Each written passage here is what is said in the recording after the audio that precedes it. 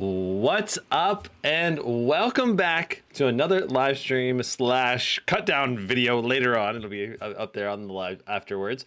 We're going to talk about all of these different things for the MSI Vector GP68. This is on paper, a phenomenal deal in the RTX 4080 category. Currently, as far as I can find, the cheapest RTX 4080 that money can buy. Now, this RTX 4080, it's controversial. I don't know. It's weird. Like MSI's website says 175 watts for this laptop.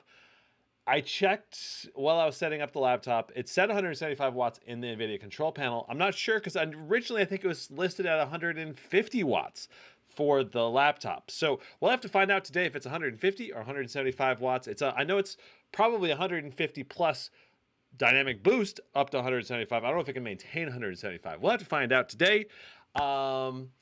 We will see. Total TDP is supposed to be 235 or something, Sir Commander. So with the CPU and GPU put together. Now, there are a few different configurations for this laptop. There's a ton of sales still going on right now for the month of July. We're going to go over all the best top deals right now. As of today, I've got like 5 picks besides this MSI Vector GP68. And we're going to look at some of the top competitors around this $2,000 price point as well for RTX 4080 and 4090 laptops. So if you're after a laptop that can literally play every single game at maximum settings, like just straight max, this laptop, especially at 1080p resolution, is going to easily play every single game as far as I can tell. But we'll actually have to find out today. But that would be my guess. The bigger question is, can it do like high FPS gaming, like say 144 frames per second at 1080p in almost every game? I don't think it will quite be able to do that. We'll have to find, like I said, we'll have to find out. But RTX 4080s are extremely powerful, and this is the cheapest RTX 4080 that I can find. And as a general concept, I think this laptop is such a cool idea. And so this is my 2023 gaming laptop ranked list, and this is the MSI Vector GP68. And if you were to buy this today for $18.99, you'd actually get an i9 processor, but it's a 12th gen 12900H. The one we're reviewing today is actually going to have the i7 13700HX. I think the processors are pretty similar in a lot of ways. We can quickly double check this. Let me just pull this up. I think they might have this pretty similar amount of cores and threads. Okay, so the i9 12900H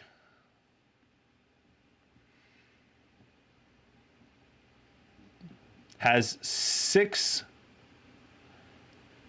performance cores and 8 efficiency cores. And the i7 13700H, I think does it have the same? I think off the top of my head, I think it has the same. Oh, it has 8 performance cores and 8 efficiency cores. So the one we're reviewing today actually has 2 more performance cores than the one that's on sale for $18.99, but it's very similar besides that. So overall, oh, did it not change? Let's see here. There we go. Okay. So this is the laptop we're going to be reviewing today.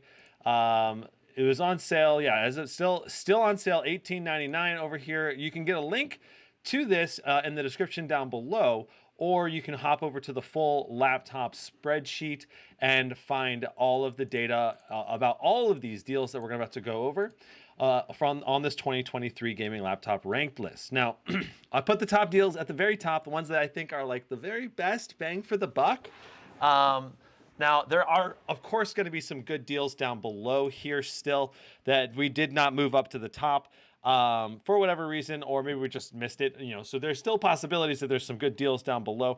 But one of the best indicators of value for your money is going to be this GPU performance per dollar. And out of RTX 4080 laptops, this MSI Vector GP68 has pretty much the very best GPU performance for your dollar at $9.48. So if you're going to the ultra levels of performance, you're spending close to $2,000. This is probably going to be close to your highest GPU performance per dollar out there.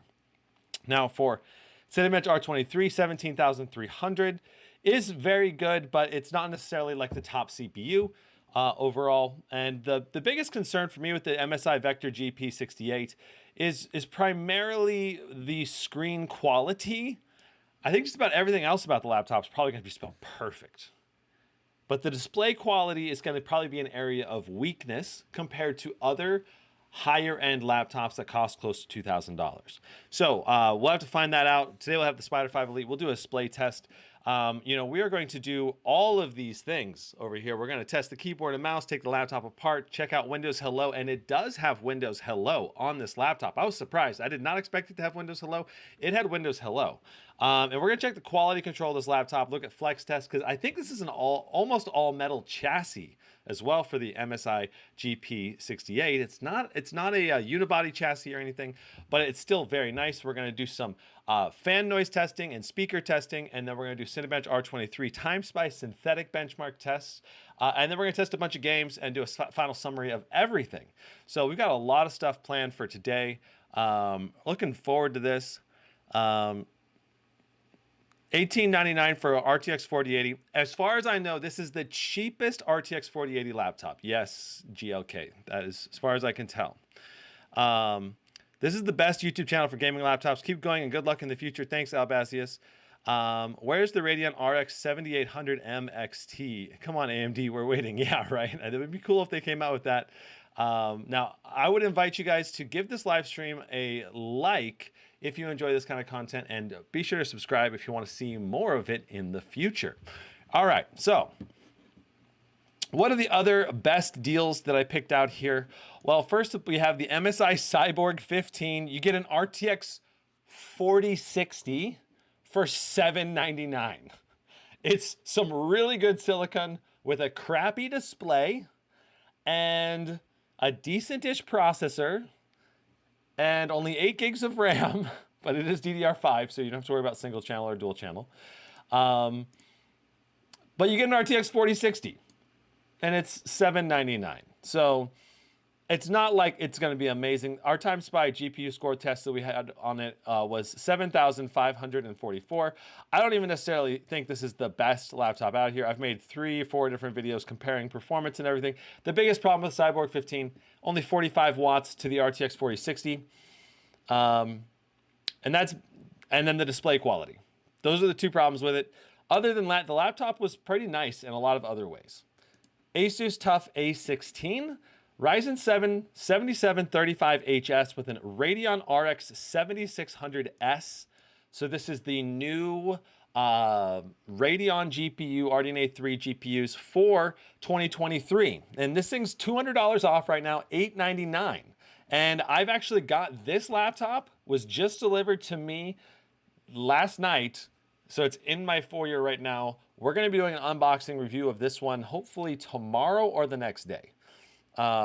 So this laptop is going to be an awesome one to take a look at and really dive into what Radeon's next gen performance looks like versus, say, NVIDIA's performance, right? So yeah, at $899, this one's likely a superb option. You got an excellent overall display, 165 hertz full HD plus, and then you got a high quality 8 core 16 thread CPU, and this Radeon RX 7600S should be hopefully at least around a 3070 Ti or maybe an RTX 4060 in terms of raw performance. That's my hope. So we'll find out. Acer Nitro 5. This went back on sale again. $969 for this Acer Nitro 5. QHD 165 hertz display, not as bright at only 300 nits, but 100% DCI-P 3-color gamut, RTX 3070 Ti, 16 gigs of DDR5, and a Ryzen 7 6800H processor, which is a pretty good processor, not necessarily an amazing one, but it's pretty good. So you're getting a ton of graphical performance, you're getting a high quality display in this, and it's only $969 overall. a tremendous bang for the buck, and yeah, went back on sale again. And this is probably the best deal in terms of just raw GPU performance right now with a good quality display.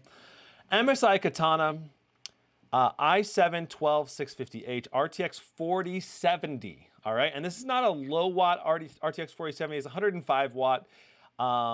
It's not quite like when you're actually under GPU load. I believe we were getting a little bit lower than that, like 85, 90 watts typically.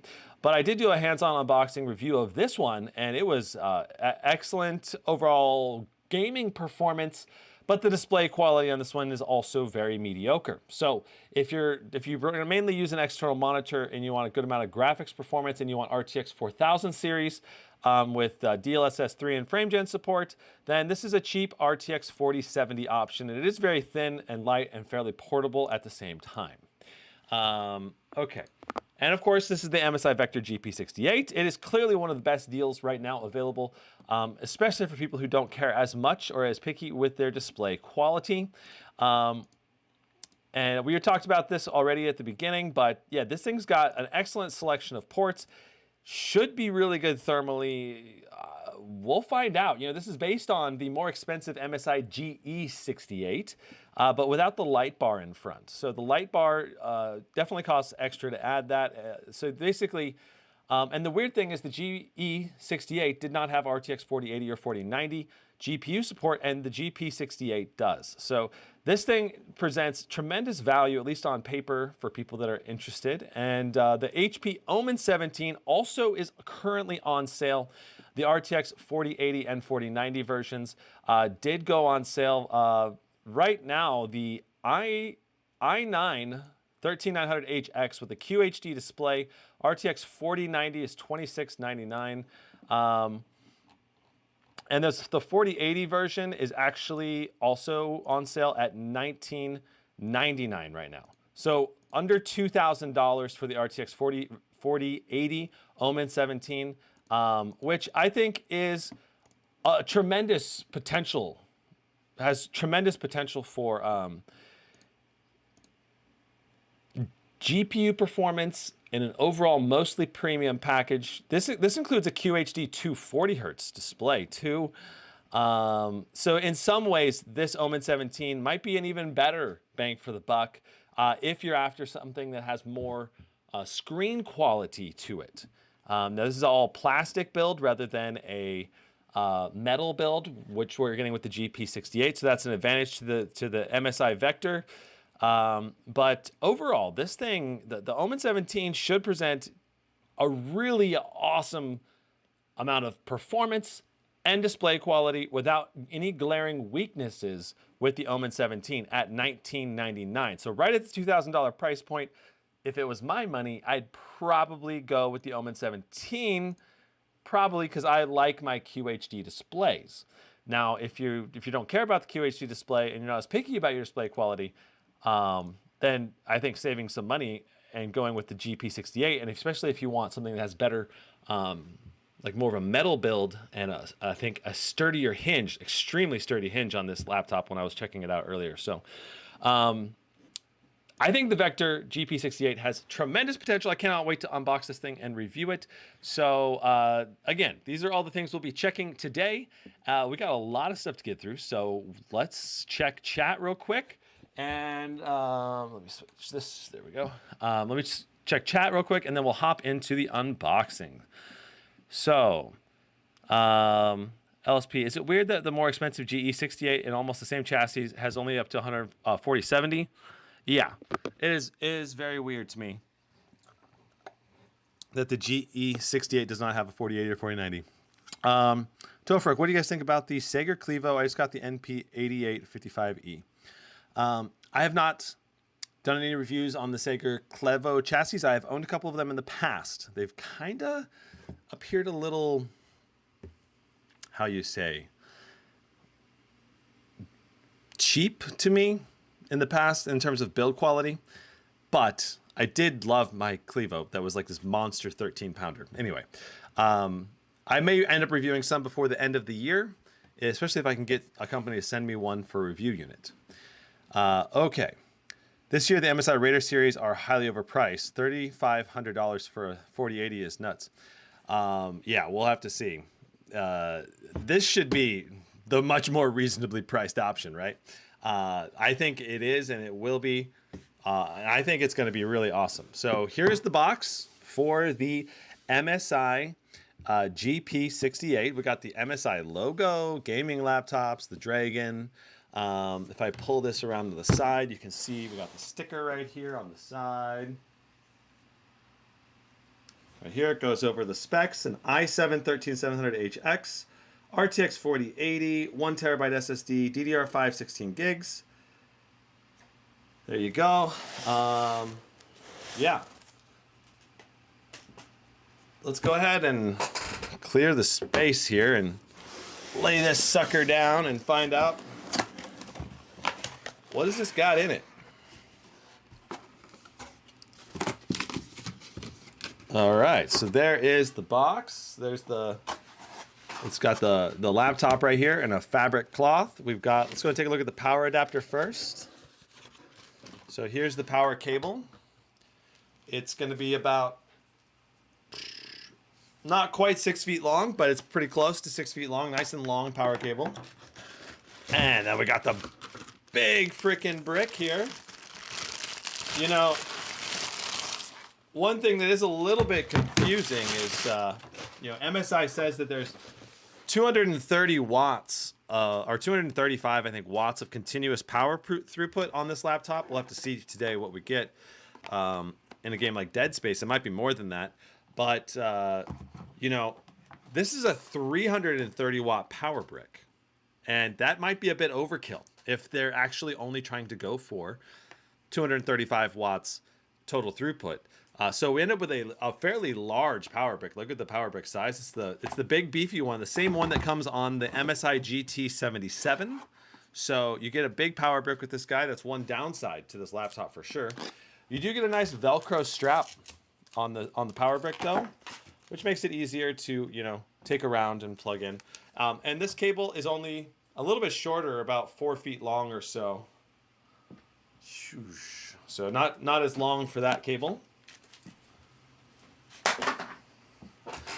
All right, and so let's go ahead and take a look at the laptop.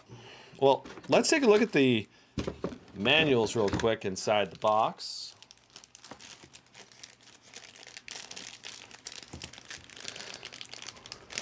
Big Jesse, reasonably priced, then looks at the Blade 18 on the desk. Yeah. Yeah, it's true. This is like kind of the opposite of the Blade series. Like you can get 2.5 of these for the Blade 18. And if you were to buy the same SSDs that I have in the Blade 18, it would be like 3 full of these laptops. Kind of hilarious. Okay. All right, so we are here to help. This is the phone number you'll want to write down. 24 hours a day, Monday through Friday, but not open on weekends. Interesting. On the back, they have the limited warranty summary. It's a 12-month warranty.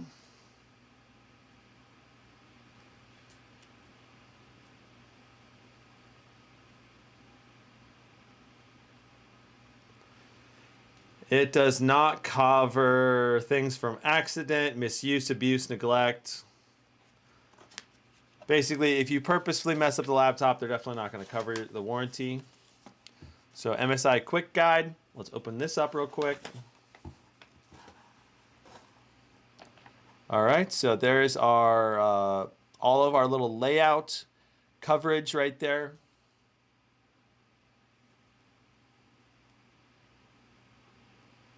I mean, pretty much everything is self-explanatory. Connect the power before you power the laptop on. That's very important. Your function keys, they have all of these extra little shortcuts, guides here. You can read that if you want. But yeah.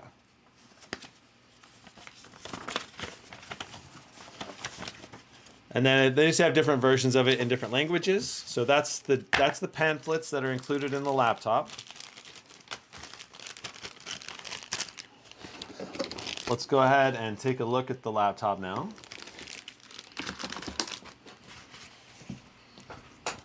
Swing. Look at that clean metal lid. Ooh, it's nice. It feels nice. Now, this is a plastic back. This little back section, I'm pretty sure that's plastic. This is metal. On the bottom here, I'm pretty sure this is plastic on the bottom. And then let's open this up. This is metal. So you get a metal keyboard deck and a metal top lid and then a plastic bottom, which is, I think, a nice combination because the bottom that way does not get too hot, doesn't build up heat. But then all the surfaces that you touch and interact with have the stiffness and premium feel of metal. So I do like this combination in general. All right, so let's go ahead and put the box aside. Very simple, not too much stuff in the box itself. But I don't mind that. That's not a bad thing necessarily. All right, let's go ahead and set this down back here. All right, so here's the laptop. And I want to point out right at the beginning here, this hinge is extremely sturdy and firm. Like most laptops, just look at how firm this is. I set it and there's very little wobble. And moving it takes a lot of pressure. So I feel like MSI did a really fantastic job on this hinge. It is a brand new hinge design. Goes in and out. This is like the same as the new hinges on their GE68, GE68, GE78. I love this hinge design. I think it's going to last a lot better than their previous kind of hugging the screen hinge design. I don't know. We'll see. But I do like this. I think this is also very similar to the Scar series from Asus in terms of the hinge design. Glass touchpad that feels very nice and premium. I like the glass touchpad a lot.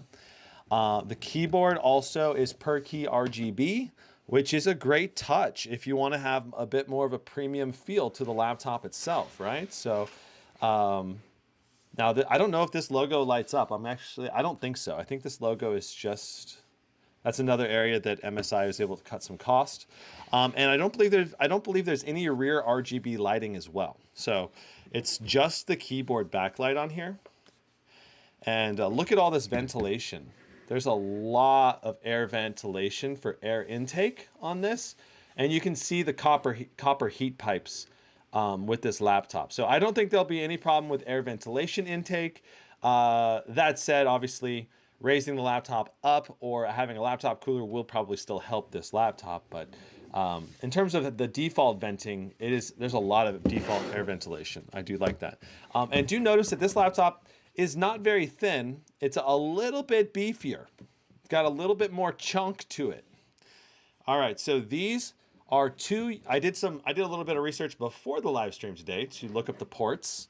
And let's see if we can zoom in here on the ports. All right, so this is two USB 3.2 Gen 2 USB-A's, and this is a USB 3.2 USB-C with DisplayPort 1.4 support and power delivery support. So you get both on this port. And of course, we have a big fan exhaust over here on the right. On the rear, we have flanking exhausts on the left and right sides, and the RJ45 Ethernet port, HDMI 2.1, so a high quality HDMI port, another USB-C, and the power port. That is not a USB-A, that is a power port, though it is kind of similar in size to the USB-A input. So you gotta be careful not to try to jam a USB-A into that port. This is a Thunderbolt 4 port. So you have Thunderbolt 4 support. You can do Thunderbolt 4 docks. This should have power delivery and DisplayPort out. You get a full-size SD card reader, which is phenomenal. I love laptops with full-size SD card readers. As a content creator, it is so useful being able to swap in a SD card to transfer your files rather than having to, use a USB dongle. Okay, so here's a headphone our headset combo port for headphone and mic in and out. And of course, we got another fan exhaust over here. So I think this is an overall very excellent port selection on this laptop. You get 5 total USB-A and Cs put together. You know, you only have 2 USB-As on it, but that's still okay. That's still pretty good. And I think overall, the vast majority of users are going to be very happy with the port selection on here, especially content creators who want that USB or want the SD card slot support. So I do like this, and like opening this thing up, it just feels so premium because it's such a sturdy hinge. I'm like, ah, that's nice. Okay. Let's talk. Let's see. Should we take the laptop apart now? I feel like we should take the laptop apart. Is this an OLED display? No, this is not an OLED display. Definitely not an OLED display. Okay, so here is my Fix-It toolkit.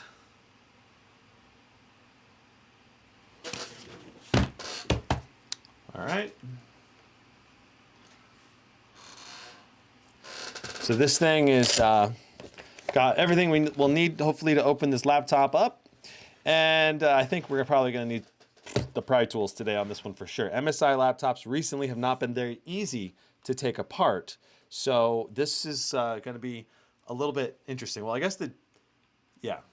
They're not like super hard, but they're not also easy. So looks like we just need a Phillips head for this. But the main thing we'll need is going to be like a plastic pry tool like this and a guitar pick style pry tool. So those are the 2 things that I'm thinking we'll definitely need.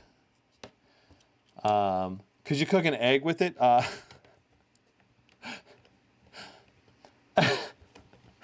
I'm tempted. I'm tempted to see if I could actually cook an egg with a laptop. That would be a funny video. Like start run Furmark in a loop and hook up a frying pan to as the heat sink on a GPU or something. That'd be pretty funny. That would be hilarious. I don't know. Do you think it would actually cook? I mean, I guess you probably want to hook it up to the CPU. Because the CPU can go all the way up to 100 degrees Celsius, which might actually be enough to cook an egg. Wouldn't be surprised, actually. So we got a lot of little screws on this laptop. Or they're not little, but a lot of different screws.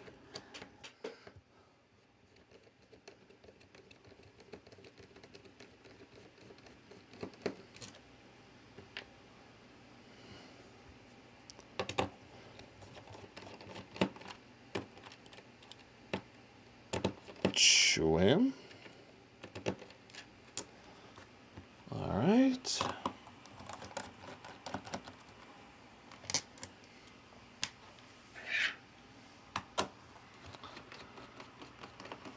We're almost. Let's see how many more screws we got. There's a lot of screws on this guy. So don't let me forget to plug the battery back in or something. What processor does this have? This is a review unit that MSI sent over. It's going to go back to MSI when we're done with the review. And this has an i7-13700HX. So there is a factory sealed screw here. It's got a little sticker on it. But they still should cover they should still cover the warranty even if you break this seal. But it's just kind of, if you mess up the laptop, you're like, I don't know, you repaste it and you're like liquid metal goes everywhere and fries the machine. Then they'll use that as evidence, you know, oh, you broke the seal and it's all broken inside. So.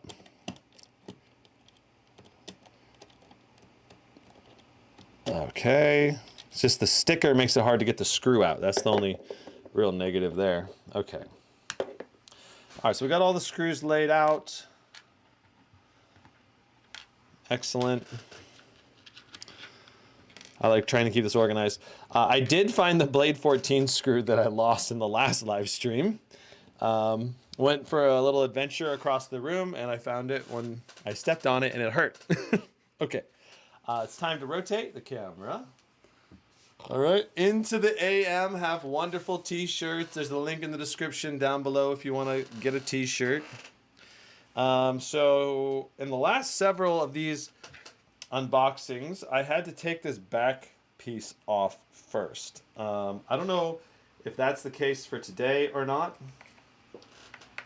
I'm just gonna try. Yes. Yeah, it looks like it's coming right up.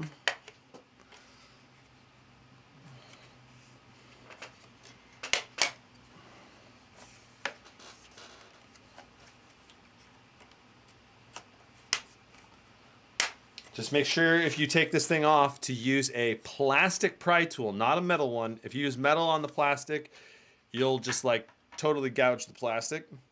All right, so notice that there is a lip, right? This back piece comes up and over the back. So if you're gonna pry this, what you wanna do is start. Well, I'm just going to do a quick double check to make sure I got all the screws out. Yeah, it looks like I got all the screws out. And this is the first time taking this laptop apart, so I'm assuming this is going to be the same as the GE78HX. So, yeah. Just going to kind of wedge the guitar pick in there. And then try to go a little bit further.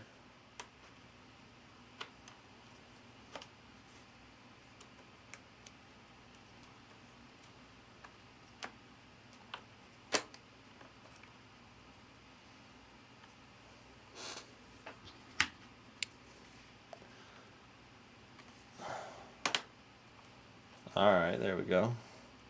So it's kind of pulling back with my fingers actually worked really well. Interesting. Oh, okay, nice. That actually was better than using the pry tools that time, just kind of gently pulling back with my fingers. And we're pretty much ready to take this thing off, I think.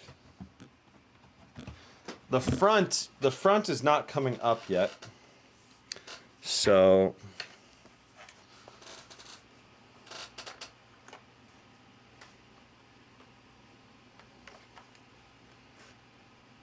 interesting. It's like the front has like a lip that goes around it as well. I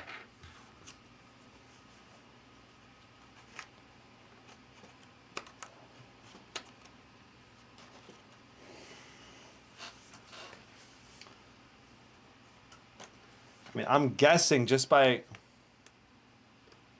pushing it forward a little bit, it'll come off, but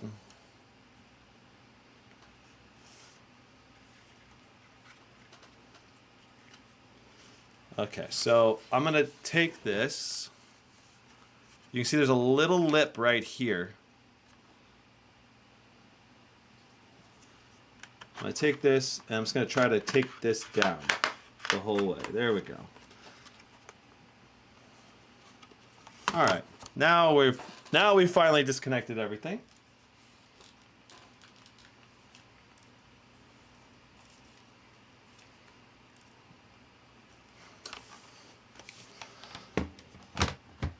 All right, and there is the beautiful beastie, and wow, that is some gorgeous copper piping.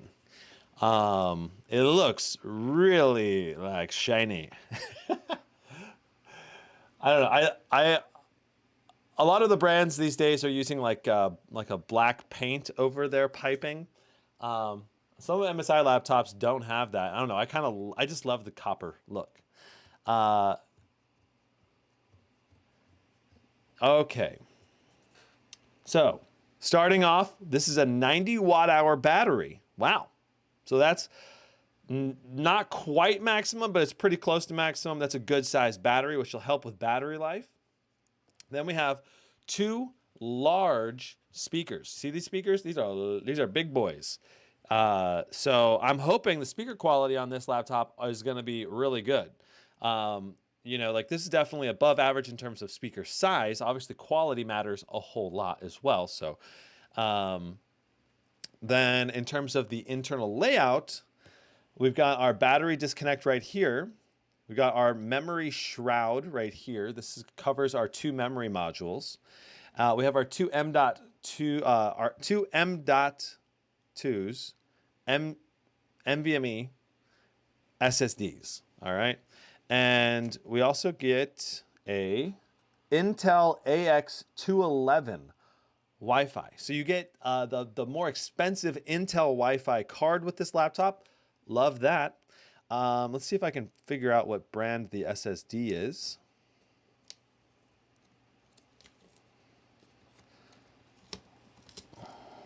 All right, it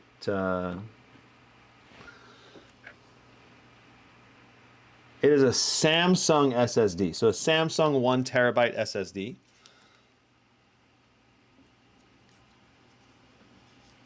All right, and there is that totally empty SSD slot right here if you want to slap in a new SSD. I love that. Now, let's take a look at the heat pipe layout over here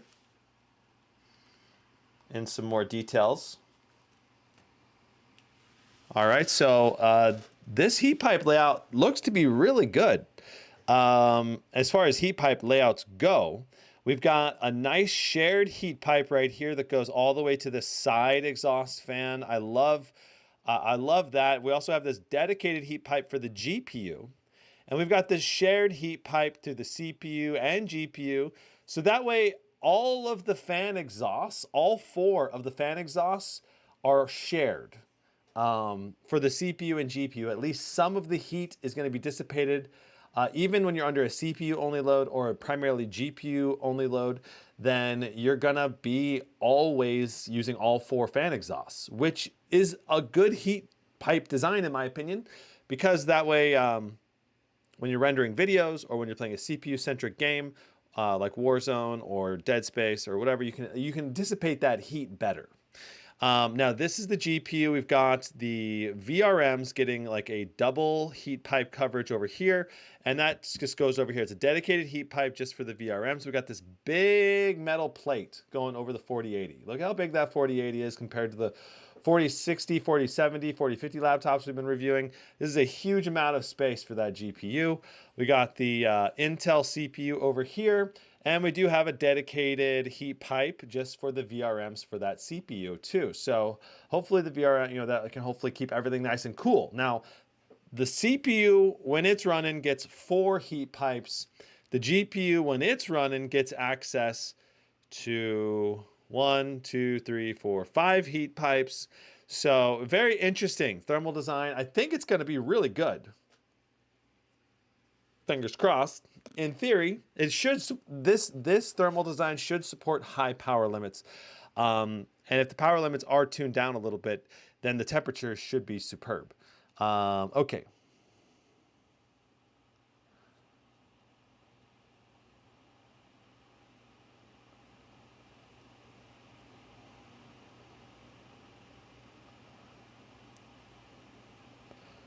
What's the bare silicon on the left of the RAM? I'm not sure what you're talking about. Which one are you talking about? There's no silicon. You're talking about this chip right here? I'm not sure what this chip is, but I don't think it's something that obviously doesn't need to be cooled super tightly. Maybe it's, I'm not sure. I'm not sure what it is. That's it. If anyone in the chat knows, let me know. I'm not sure what the RAM is. I'm tempted to pop open this RAM thing. Yeah, let's do it. Let's do it. So to pop open the RAM, I do recommend unplugging the battery.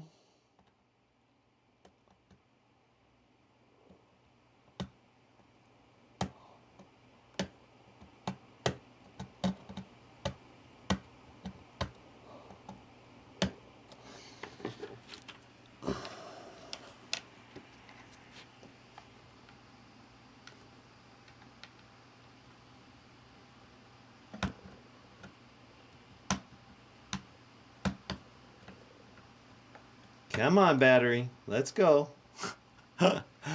This thing is not very interested in going with me here.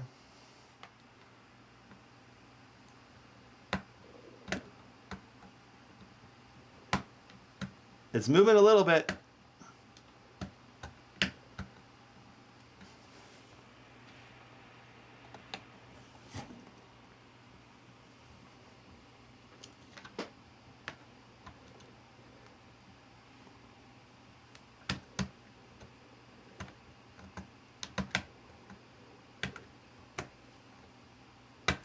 Wow.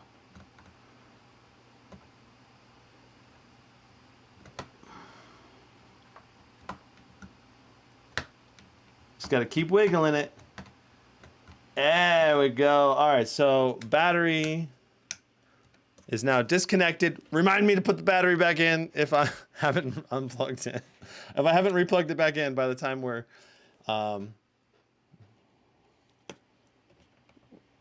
getting into the putting the case back on. Because I did not want to have to take this thing apart again. So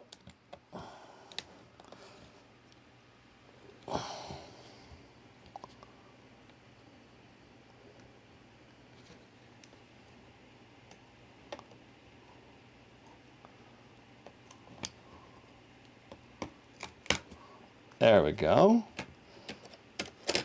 There we go. Okay. So the cover has a little sticky on it that makes it a little harder to lift up. So you gotta give it a little bit of force, but yeah, you gotta try to undo the clips too, because there's a lot of clips. Okay, so taking a look at the RAM.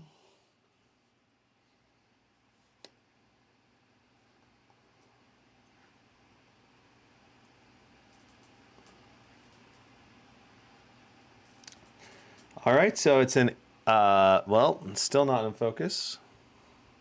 Yeah, there we go.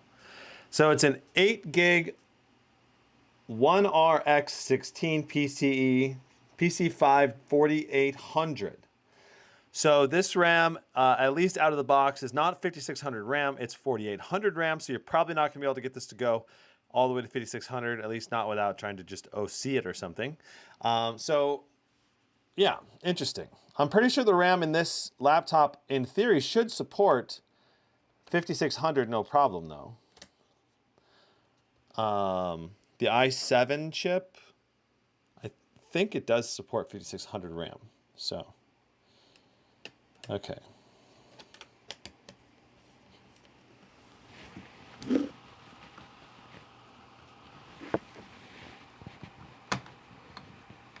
Yeah, when you're putting this back, you got to make sure you get it right into the clips. It's very kind of precise and finicky when you put these things back in.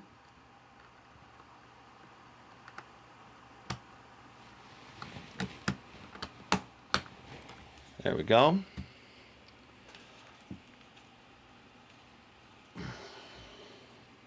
So I recommend lining up the clips on one corner and then pressing that down and then going around. Okay. All right. So that covers everything for this. Internals. I think the internals in this laptop are good. You got your RAM upgradability, you got SSD upgradability, you got Wi-Fi upgradability. The battery's a good size, and the heat pipe layout looks great. So we'll have to see how it actually tests. But so far, everything is going really well. Let's just try to get this battery connector back in. Don't want to forget this battery connector.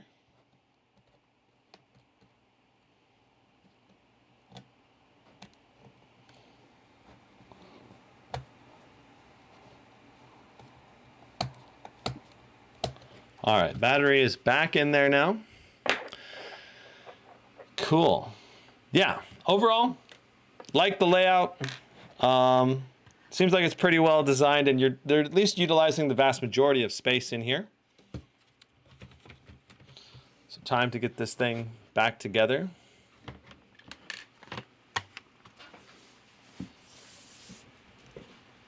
All right. So getting it back together. We'll see if it's tricky at all. I think I'm going to start with the front, because the front was the last thing that came unpopped.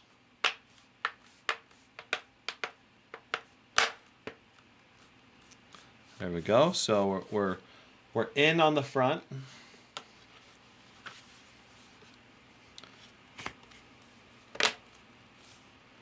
There we are. We're in on the right side.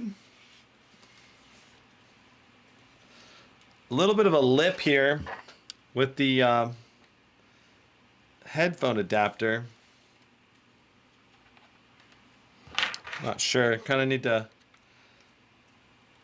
guide the chassis over it, I think. So like right here, this little headphone thing.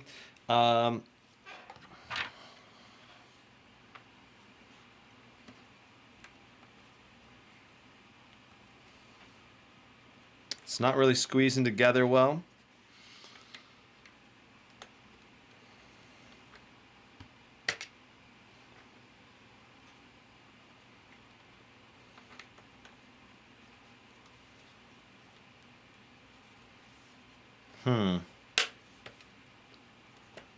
Yeah, the headphone adapter port itself is the issue. This little gold port, I think, is getting caught by the plastic.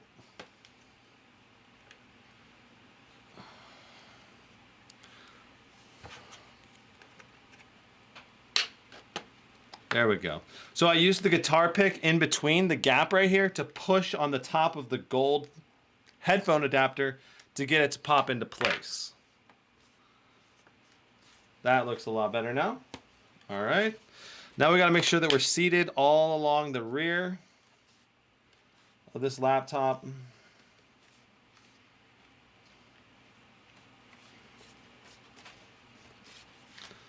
Okay, that looks good. And now we got to put this plastic cap back on. This should just snap into place pretty easily. Just gently push down on that. Okay, the laptop's back together. Now we just got to screw the screws back in.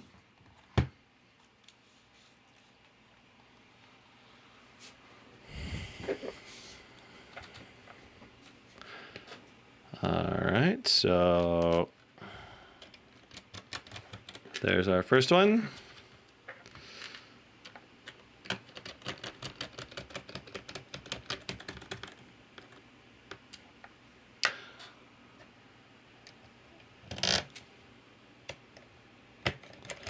Razer limits the Blade 18 to 5200 at 64 gigs and 5600 with everything under 64 gigs. Whereas the Blade 16 supports 64 gig at 5600. Interesting.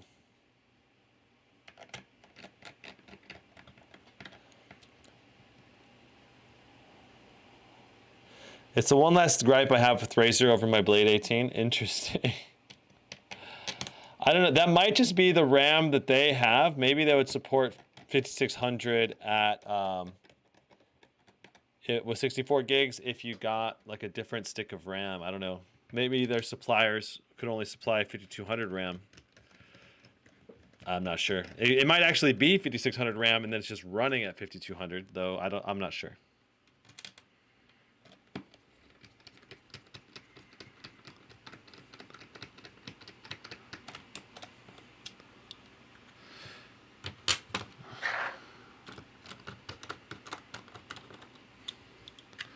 Wacha, wacha, wacha, cha, cha, cha, cha.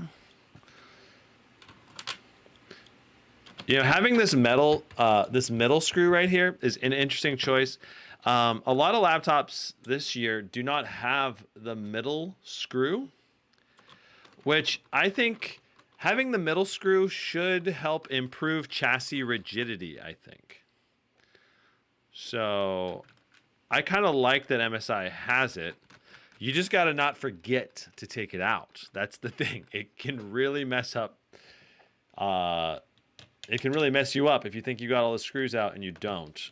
And then you try to pry it apart and you break the bottom of the laptop. I guarantee you that has happened. So just got to be careful with that part. All right. So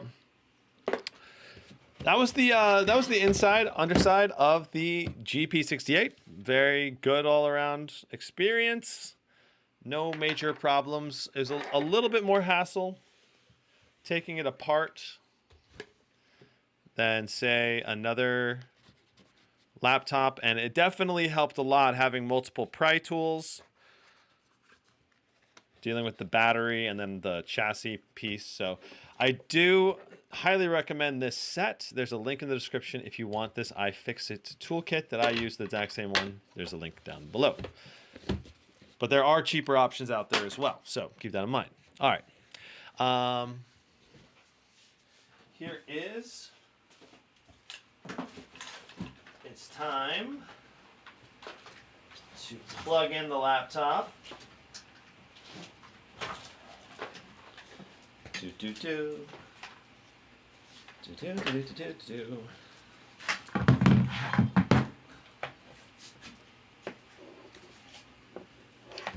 Well, you know what? Let's.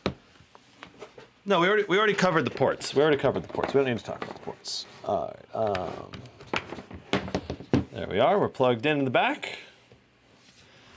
Power button has an illuminated LED right here for green, for yellow, and white.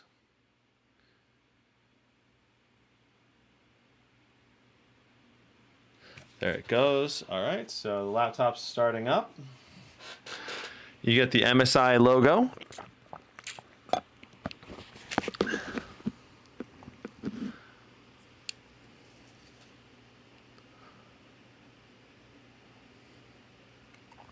Okay, so it does have Windows Hello, and it's looking for me. I have very different lighting on me right now than when I set it up. I didn't set it up in this room, so gonna put the pin in here. And if you run into a situation like that where the laptop didn't recognize you, what you can do is you can go in here to your Windows Hello and say improve recognition. And you got to put your pin in again. And then it can retrain. Oh, I had the cover on the front partially covered. That's why it didn't recognize me. Okay. So now let's try it again. All right.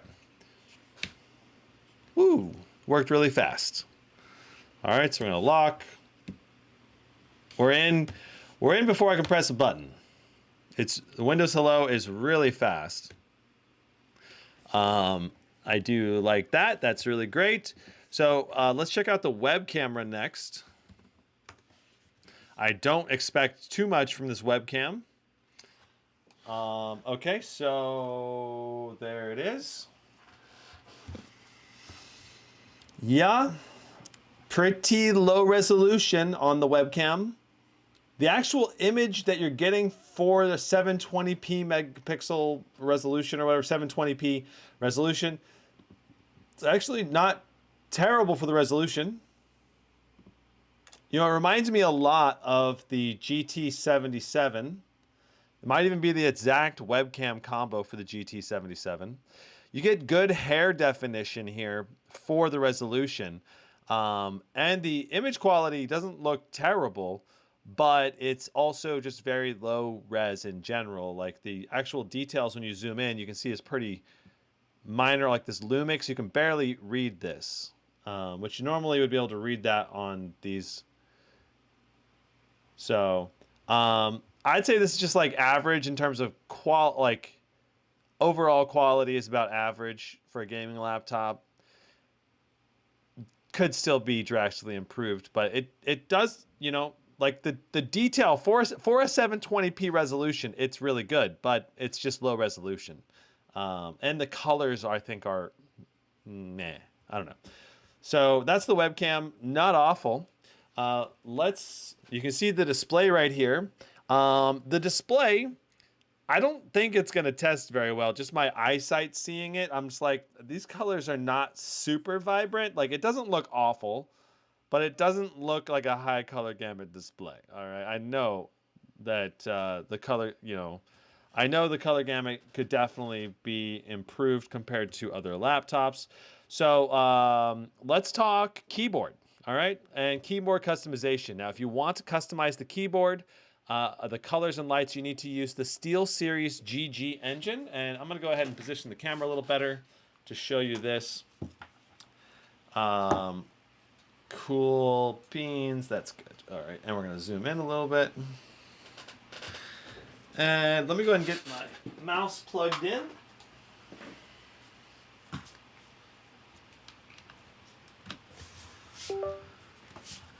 All right, so you click this engine button over here on the left, and then right here is the per key RGB MSI keyboard. And this is the only light you can change. There's no rear lighting, there's no backlighting, and front RGB light bar or anything like that. It's all just this per key RGB keyboard. And there are a bunch of different options in here that you can pick. Let me see if I can get the exposure to come down. So you've got Aqua, Aurora, Chakra, Default, Disable if you want just a professional look. You have Drain Animation, Freeway Animation, Gold Splash, Plain, Rainbow Split.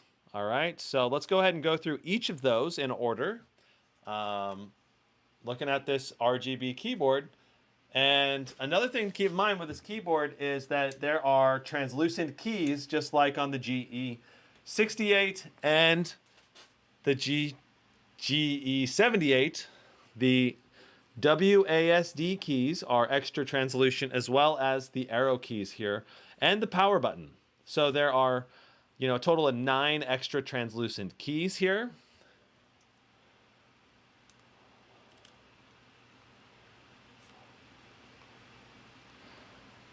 All right, let's see. Is that a good angle? I think that's a pretty good angle. All right, so let's go ahead and switch to Aqua. This is Aqua. Looks pretty cool, kind of like a flowing river or something. Aurora, I do like Aurora. It's like purples and greens and blues, kind of like the Aurora Borealis. Oop, I bumped the camera really good. And let's move into Chakra. Chakra is my favorite. It gets the full rainbow color light spectrum, and notice how smoothly everything transitions with the per key RGB lighting. This is Default. This is like, this is a pretty pizzazzy. It's like crazy colors and all the different keys, but it's kind of randomized to me. I don't really like it as much. That's with the RGB lighting turned off.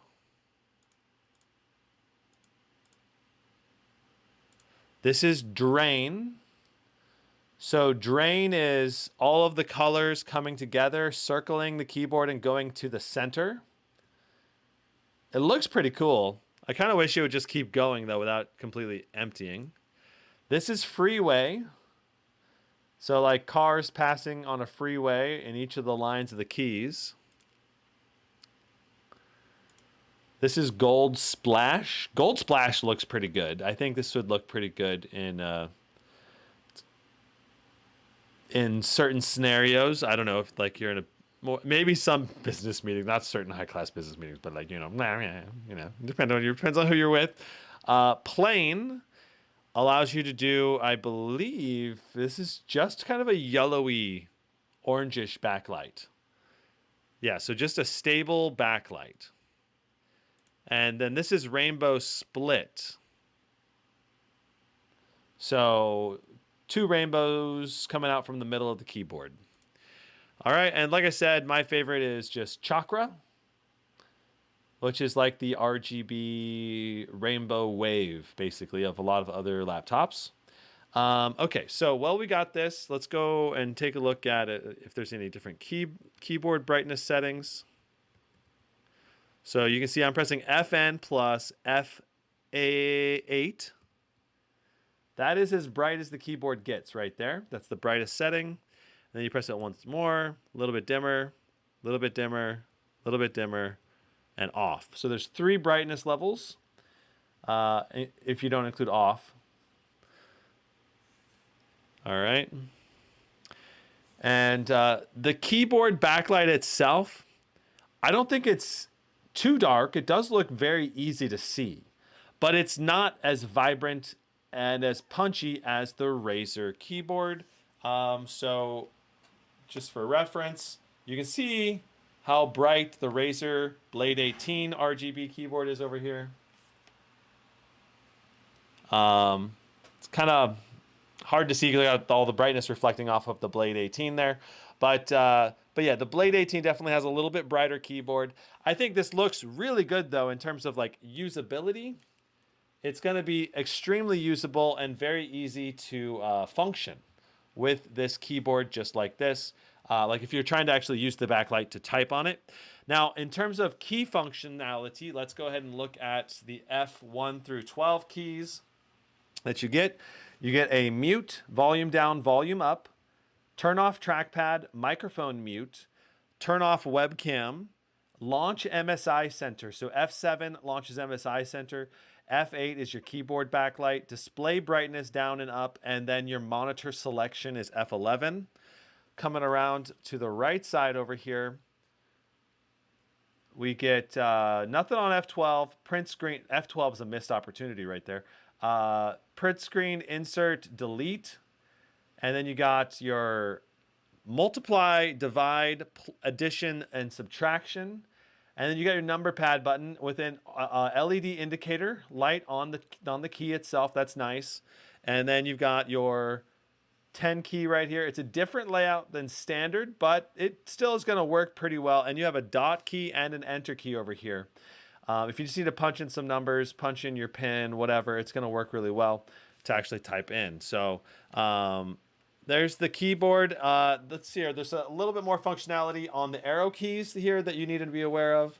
So you can see there's some functionalities. You got the up arrow is max fan mode. So you just hold FN right here and you press the max fan button. Down arrow is crosshair. Right arrow disables your screen or maybe puts it into lock. I think it puts the laptop to sleep. Yeah, put the laptop to sleep.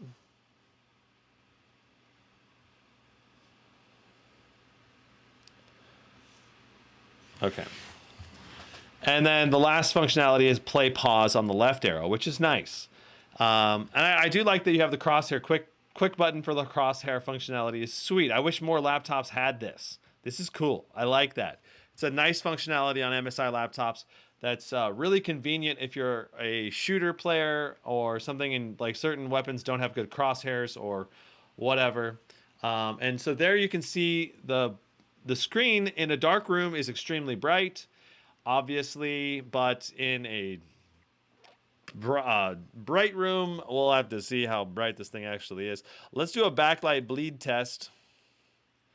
I don't do this every time. I want to do it every time, but sometimes I just forget. So here's the backlight bleed test, and keep in mind, all right, I'm gonna lower this down.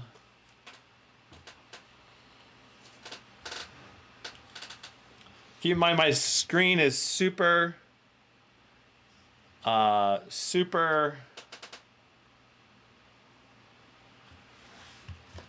you got basically RGB on the left and right kind of coming through a little bit, but there's definitely some blacklight bleed in the bottom left and bottom right on this one. A little bit in the top right, a little bit in the top left. So there's a little bit up here, a little bit right here, a little bit over here. Yeah, my eyesight, in terms of what my eyes can see, I can see it in this left corner mainly. I can see a little bit up here. You're mainly only going to see these in really dark games anyway, right? So, yeah.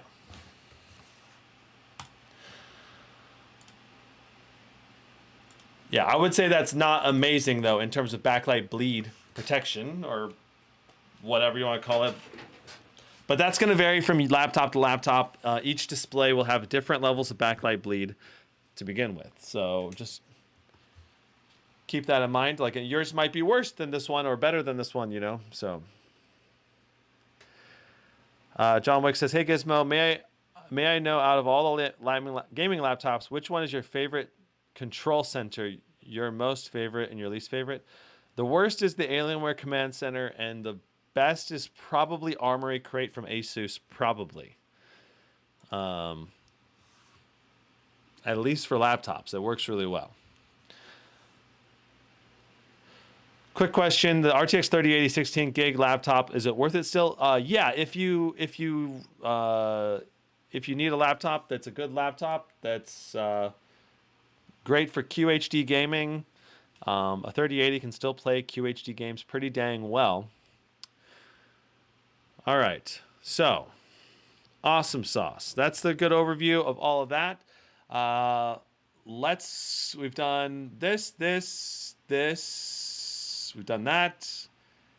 Keyboard and mouse. Let's talk a little more about keyboard and mouse before we do our display test. Okay, so the actual keyboard layout here is really, it's good. It's a very good keyboard layout for typing, and this feels more premium. This is the same like keyboard feel as the GE68. It feels really good. It's probably the exact same keyboard that they use, and it's the same layout as the GT77.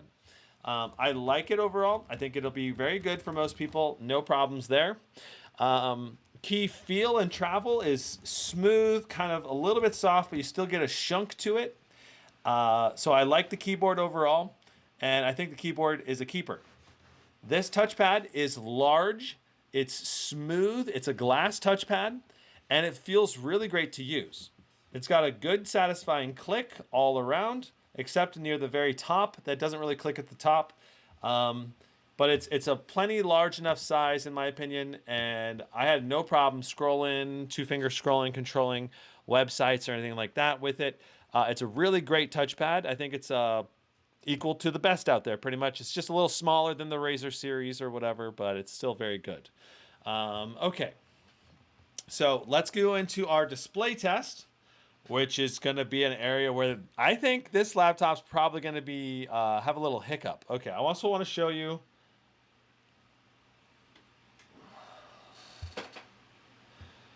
We got a webcam shutter. You can flip that over to block it. This will disable Windows Hello if you do this, right? That will disable Windows Hello. So if it's red, that means it's blocked. If it's not red, that means that you can use the camera. Okay. One other thing I didn't really do yet is the flex test. Let's go ahead and kind of do that. Very minimal torque on the laptop display. This is very stiff, very rigid. I like that. And the hinge itself, also very rigid, right? Very rigid hinge.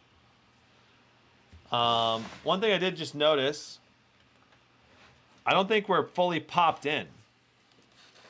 When I took the laptop apart and put it back together, this plastic top piece is not quite popped back all together here. So let me just go ahead and see if I can.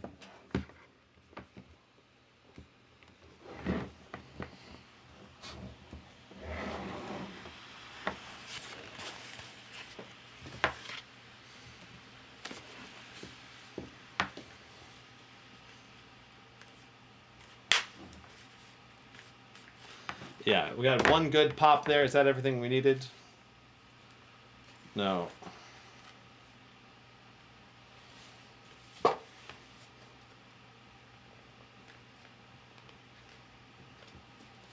Interesting.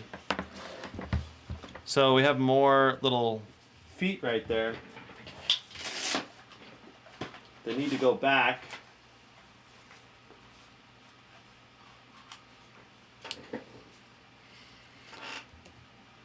So you can see the little feet right here. Just trying to see if I can, I don't know, I probably will need to take this thing back off again and try to pop it in from the rear side first. All right, let me unplug.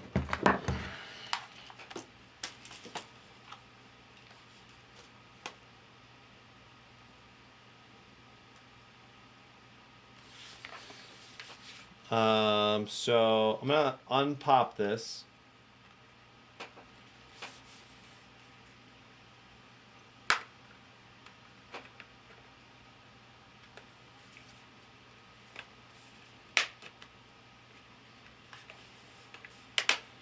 As far as I can tell, it's just this right side.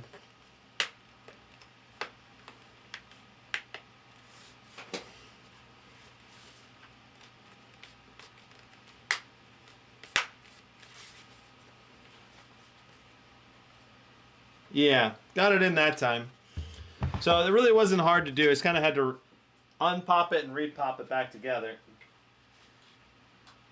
You just got to make sure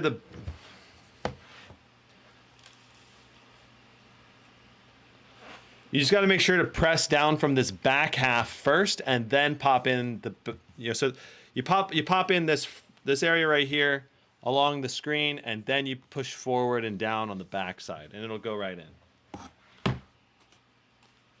Now you can see we're all snug along here again. Cool. All right. Time for our display test.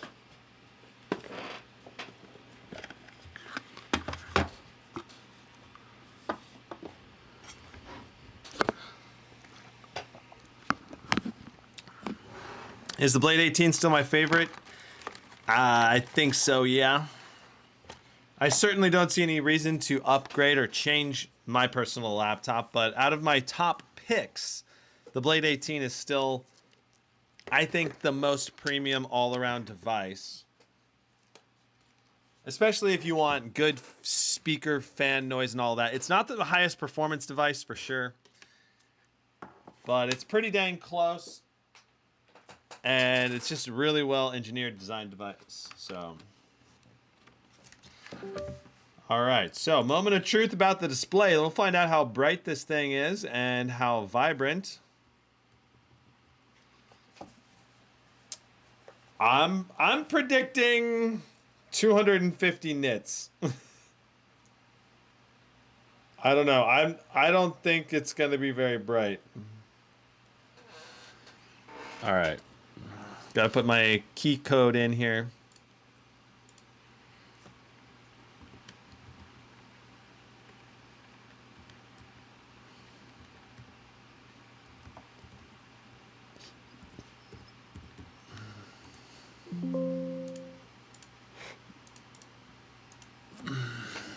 Okay.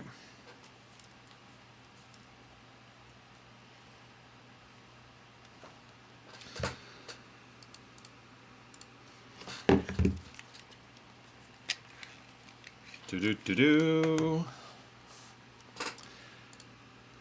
going to do a color gamut and brightness test.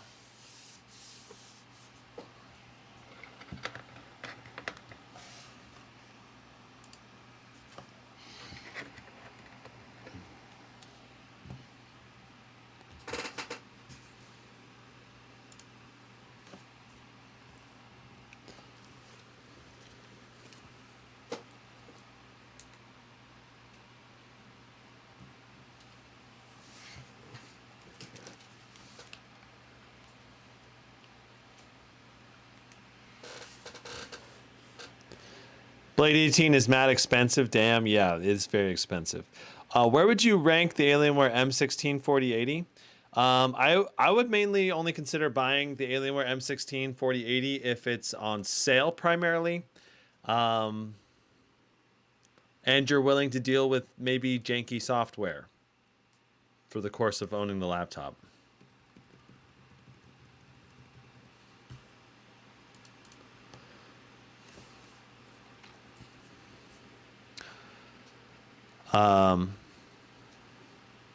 Yeah, I mean, I think the Alienware M16, if you're willing to tune it, it'll work well. It's just out of the box, it had pretty mediocre tuning.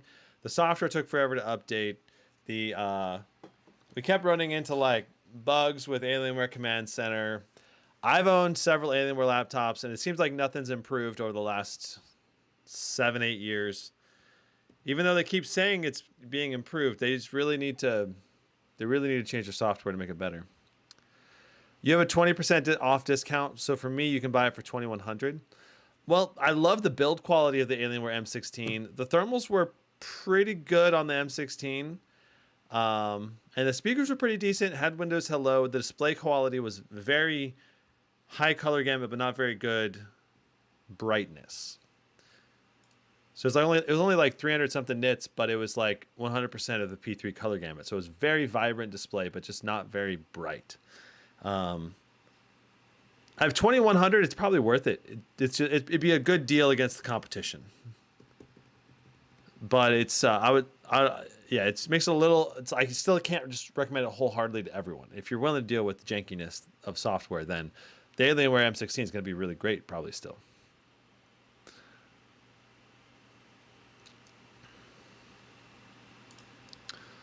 All right, well, let's see what we got. All right, so keep in mind, this tool I have underestimates the color gamut by usually 7 to 8%. Let's call it 7%. All right, so 65% of sRGB, so we're around 72% of sRGB. Not amazing. 49 of Adobe, 48 of the P3 color gamut. Let's see the brightness. Oh, we did pass 300 nits brightness. I actually did not think this was going to hit 300 nits brightness, but it did. That's awesome. And 1030 to 1 contrast ratio, which is also pretty good contrast ratio. So the primary weakness of this display then is just the color gamut. It's just not a super vibrant color gamut display. It's not like you can't enjoy your games on here. You totally can. It's just not going to be like as poppy or green in the blues and the reds. It's not going to have as wide of a color spectrum. You know, which it'll just make some games look a little bit more dull, but you still see, you can still see the colors, right? It's not like you don't see the majority of the colors. It's just, you just don't see as much detail around the colors. All right. So, here's an example video. We're gonna have to mute this, and let me rotate this, and we'll get this positioned, and we'll get this zoomed in, and we'll get it right here. We'll make it full screen, and we'll skip. Okay, and this is not the right video. Let's see. Let's go back. There it is.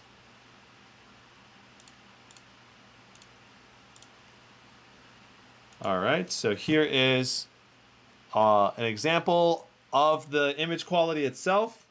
Overall, like you said, you can still enjoy games with this. It's not like you won't be able to enjoy your content at all.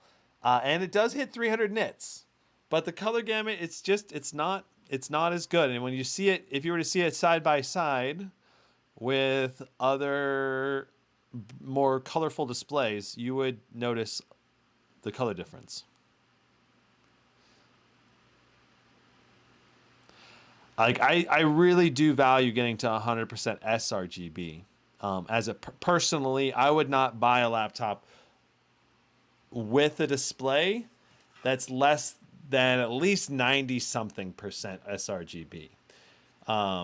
But I'm a video editor, and because I edit videos and I make thumbnails and I do a lot of stuff like that. If you just play games casually, you may not need quite as vibrant of a display as I do. So that's one of those things where you just got to kind of take it a little bit person by person.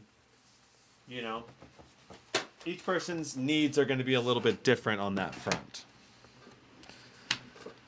But yeah, it's definitely not an ultra high color gamut display, but it was bright enough at 300 nits. I was more concerned about the brightness than I was the color gamut, because I kind of, I knew that the laptop was going to be a lower color gamut display. I just didn't know how low, and I also didn't know how bright necessarily. So knowing that it's 300 nits does help me feel better about recommending this laptop for sure.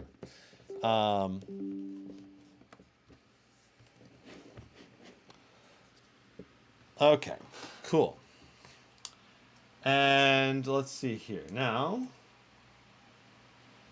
we are going to do our speaker test next, and then we're going to do our fan profile test right after. So, speaker test, music.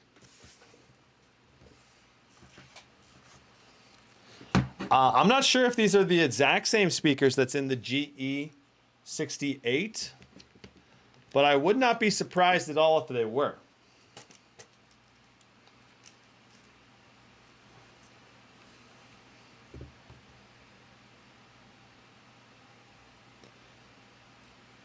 All right, so first up we have Peter Spacey Roar. Also, do we have any audio software here? Let's see here. Dolby.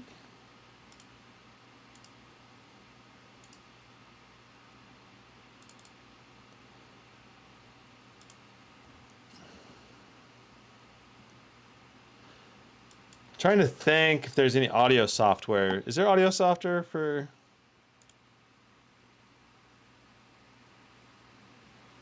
I don't think there is right now off the top of my head. So for now, we're going to assume there's no audio software.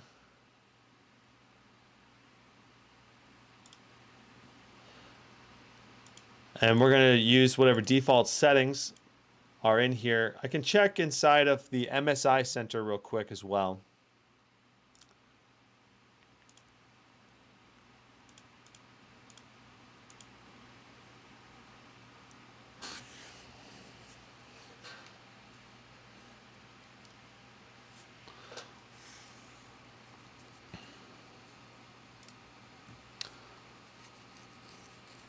So this is the MSI Center software. I'm in the features section under general settings. Under hardware monitoring, you can see your GPU and CPU usage. It's really not that detailed though, so you really need to have a different tool if you want to monitor things more carefully. Gaming mode, there's not really much here. User scenario is the most important area of MSI Center. This is where you can set your fan profile. You can do smart auto mode, which is probably going to work most of the time. But realistically, if you're going to play games, you might as well do extreme performance or balanced mode. Generally, most of the time, unless you're very acoustically sensitive and you really want to do silent then.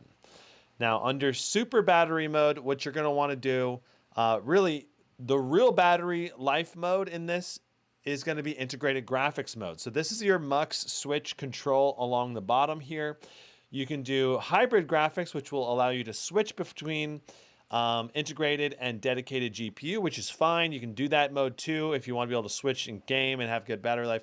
But in general, I like being able to switch to integrated graphics mode only when I want to really maximize my battery life. That way I know for sure my NVIDIA GPU will not turn on accidentally if some software runs in the background that uses NVIDIA. So yeah, I generally prefer using discrete graphics mode if I'm going to do primarily gaming or keep it plugged in all the time. And then when I go into battery life mode, I'll swap into integrated graphics mode if I can. And switching this does require a restart. See, it says switching GPU modes requires a system reboot. So this is not Advanced Optimus. This is a MUX switch that allows you to reset it on a reboot. All right. Very nice. Okay. I think that's just about everything. Then inside of here that you need to know about, just features, user scenario is the primary thing that you're going to want to be able to click on. And then you can switch your modes right here. So let's go ahead and go into, we'll just keep it on extreme performance, it's fine. Let's do Peter Spacey Roar. All right.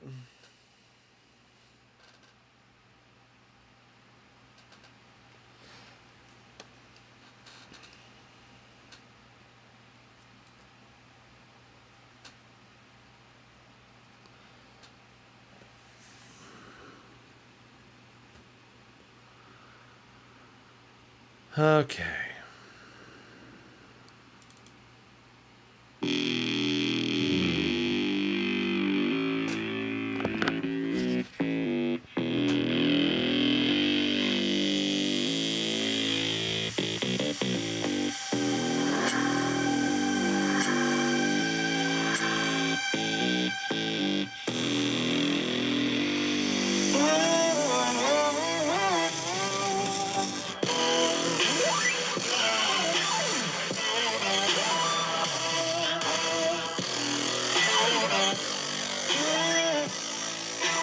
Well, I gotta say, during the initial bass, it sounded really good.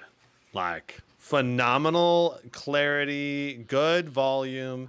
But then, like, once all the mids and highs started coming in, it got a lot more muddled sounding to me. It was not perfect anymore.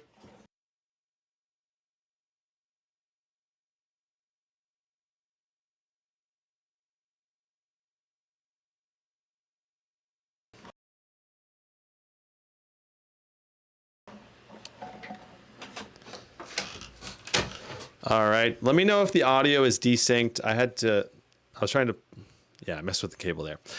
So overall, the initial audio was pretty good for bass. The mids and highs were not quite as good. Faded Aeon Half-Life, here we go.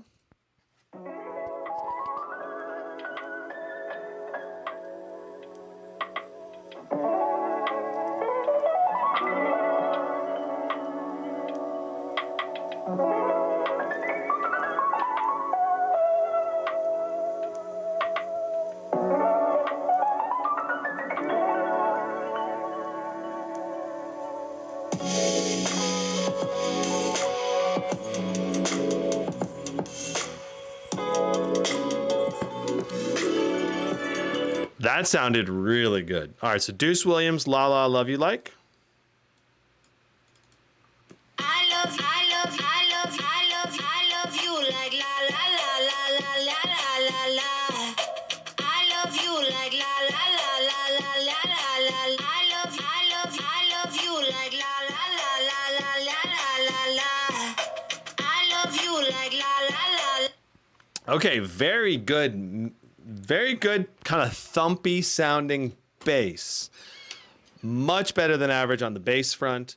I would say for overall sound quality, probably like an 8.4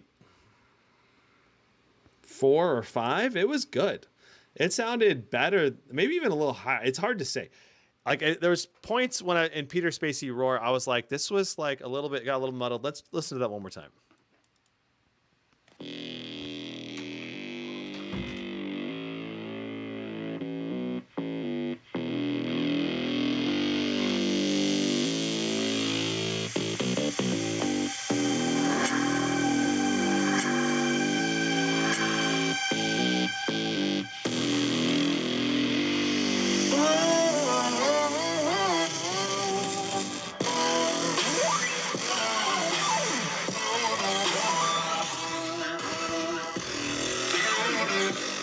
Yeah, so like when the bass is by itself, it sounds really good. But once all of like the extra sounds came in, we just started losing a bit of the detail around the bass sounds, and kind of got a little muddled with the mids. So overall, I'd say like the audio is like, yeah, like around an 8.4.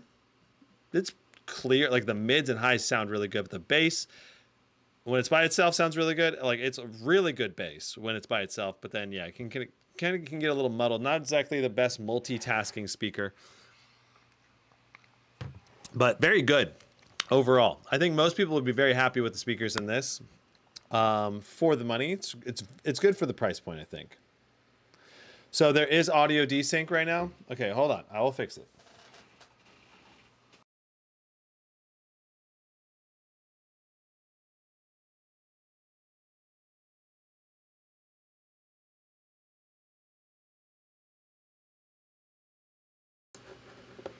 Okay, audio should be better now. Let me know if the audio is better.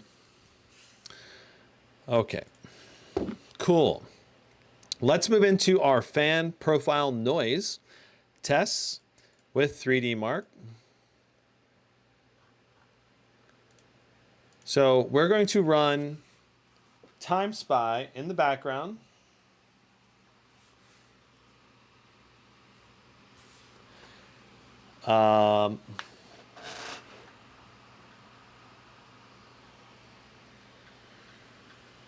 Interesting.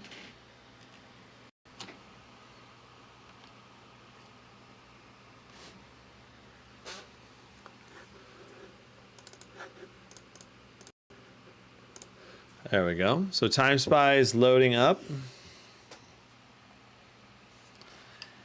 And what we're going to do is we're going to have the sound decimal meter sitting here in front of the laptop. We'll have Time Spy running in the background here, giving us all of the data about the laptop's thermals, its performance level. And then we're going to be able to see the fan noise that the laptop makes at each performance fan profile. So very interested to see what we get with this one.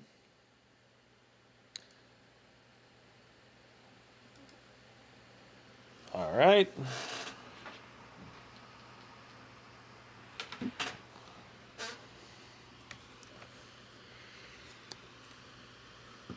I don't know why it's... I didn't even tell it to launch Speedway. Why is it...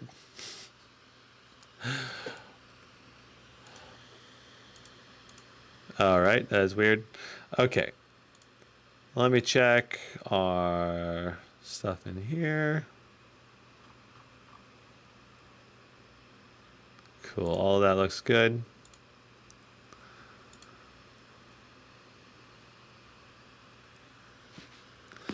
So the Holy Taco is asking, any advice on how to tune the Alienware M16, other tutorials or anything? The biggest thing is if you can undervolt or you can change the power limits of the CPU.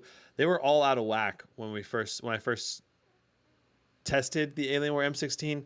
The power limit was set way too low, not allowing the i9 to go above 55 watts, which then prevented it from scoring very good in any tests or any games. And so I had to use Intel XTU, which is a Intel tuning utility that lets you upgrade the amount of power that the GPU is using. And that's the reason why I was able to get a way better performance out of the system than what a normal user would. So that would be the biggest thing for me. If I was to say, if you're tuning the Alienware M16, you want to tune that first. And obviously update all of your Alienware Command Center, and maybe it's better now, but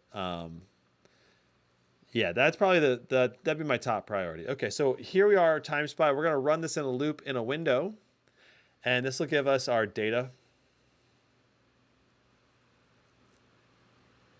Is this shown in your unboxing video? Yeah, I did an unboxing video on the Alienware M16, and that's I showed that.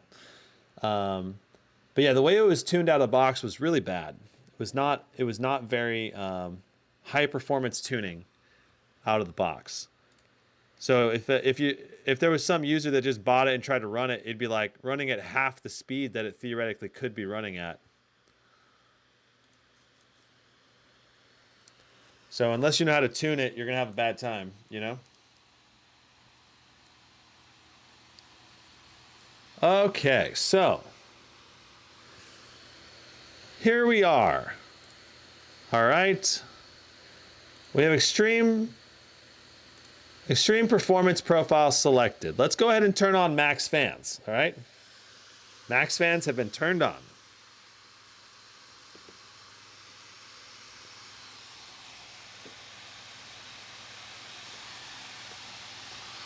Let me turn down the screen brightness a little bit.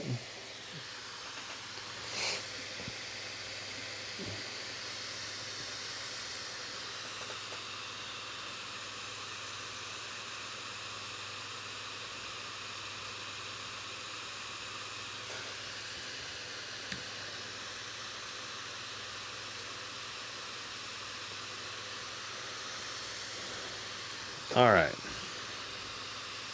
So we're currently on max fans. Let's see how loud the system is.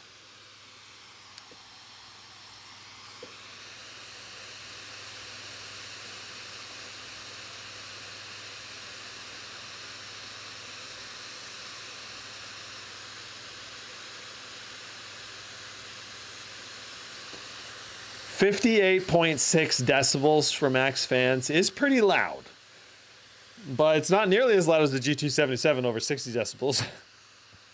Or the GE, I think the GE78 was also louder, but the GE78 has a very similar cooling system. So around 58.7 decibels out the box with max fans. Let's go ahead and see what our power limits are.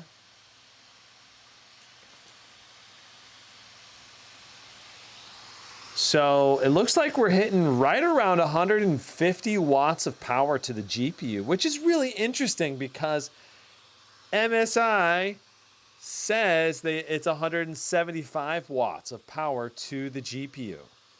So very weird. Very weird that we're not seeing the full 175 watts. And let me show you this. The NVIDIA control panel, if I pull that up, you click system information, it shows in here that it's 175 watts.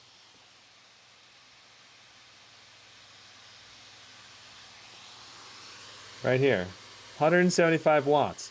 So I don't know why we're not actually pulling 175 watts. That's certainly going to stunt our performance a little bit.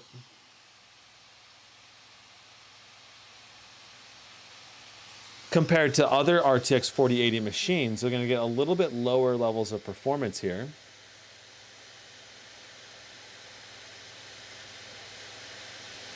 The Newegg Time Spy score for this laptop is rated only above 14,000. That's not true at all. This is definitely going to get closer to 18,000, even at 150 watts.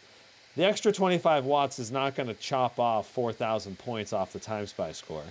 So, yeah, I don't think Newegg has very, very accurate benchmarks, probably. Okay, so 2200 right here. 2250. I don't know. We'll find out, right? We're gonna run Time Spy here in a little bit, and we'll find out exactly what it gets. But notice that notice that this is 150. We're only getting 71 degrees on the GPU. That's excellent. 70 degrees on the CPU. That's also excellent. We're also pulling a fairly high amount of watts through the CPU here at the same time. So 58.5 decibels for max fan mode. Let's go ahead and go out of max fan mode. We have left max fan mode.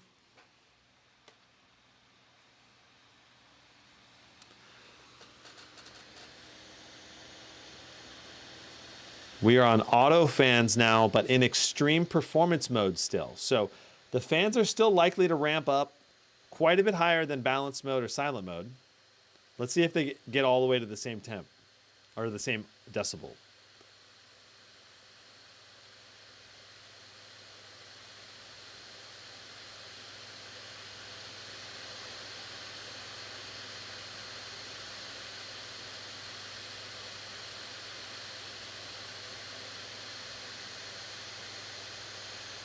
So max fans only getting up to 57.4 decibels. That's a little bit quieter. That's 1 decibel quieter than max fans. But extreme performance to auto fans basically saving 1 decibel in terms of volume.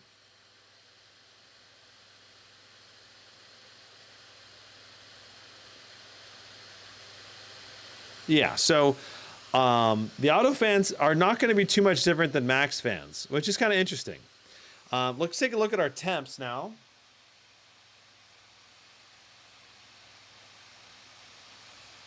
So, you know, the fans are not quite running as fast anymore, and our temps have adjusted upwards a little bit. 72 degrees now on the GPU, 73 on the GPU, 73, 74, 77 on the CPU.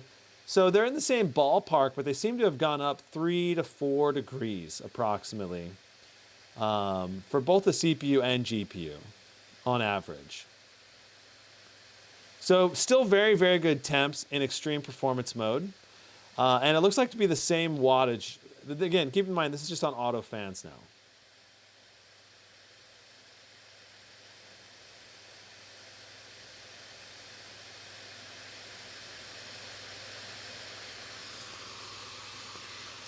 All right. So let's go ahead and transition now to balanced mode. We're in balanced fan profile mode. Let's see what this does to our performance levels. We were doing 150 watts and 40 to 50 watts on the CPU. Now let's see what our let's see if it goes down at all in terms of CPU and GPU wattage. I wouldn't be surprised if it stays almost the same, but just the fans get quieter and the temps come up a little bit more. Because those fans are much quieter now. Like the fans are going down in volume a lot.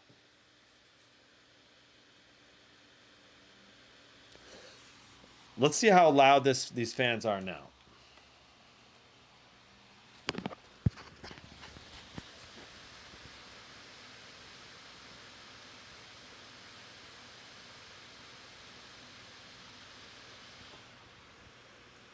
Oh yeah, 47 decibels. That's nice.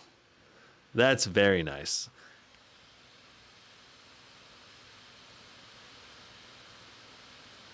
So balanced mode really kills the fan noise a lot. But now let's go ahead and see, what does the performance dip look like when you go to the balance mode? Because if balance mode doesn't really change anything, then I mean, well, look at our temps.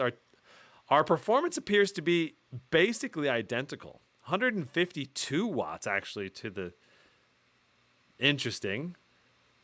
150, 147. Our temps though are climbing up. The GPU has hit 80 degrees. CPU 78, 86, 81, 80. So the CPU is still in a good range. The GPU though is getting into the 80s. And thermal throttle for the GPU is 87. CPU thermal throttle is going to be either 95 or 100 degrees Celsius. So the CPU still has a long way to go to get to CPU thermal throttle, but the GPU is only 5 degrees off when it's at 82, 6 degrees off right now. So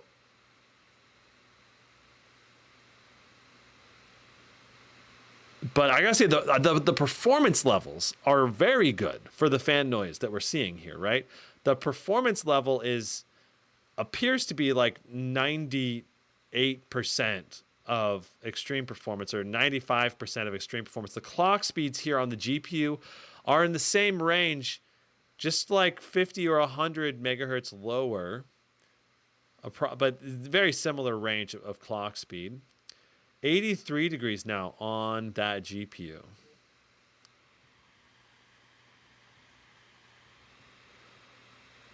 $84 degrees Celsius, 79, 90, 92 on the CPU for a moment there. We're going to continue to let this run for another minute or two here to see what these temps build up to. 84 on the GPU. So basically, if you're running in balance mode, what you're gonna see is very good performance, but also warmer temps and quiet fans. All right. Now let me feel the wrist rest. The wrist rest is still cool. The wrist rest has a slight warmth. Barely any warmth at all. WASD keys have a bit of warmth. The top of the laptop's hot. Very hot along the top edge. Let me show you what I'm talking about here. So looking at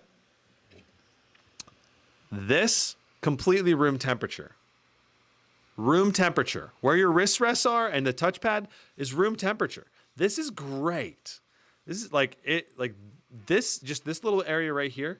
This has a little bit of temperature, just a slight warmth, a bit warm on the WASD keys. This, very hot. Almost so hot, I don't want to touch it for too long. You know, like it's super hot along this edge up here. And this is clearly metal. It's very hot. So I wonder if you were to game for like 2 hours, how much the heat would transfer down and around here. But during these initial, like, I don't know, we've been doing this for about 10 minutes now. The wrist rests are cool. That's a really good sign that you're gonna be able to play comfortably on this laptop for many, many hours. Okay, so looking at our temps again.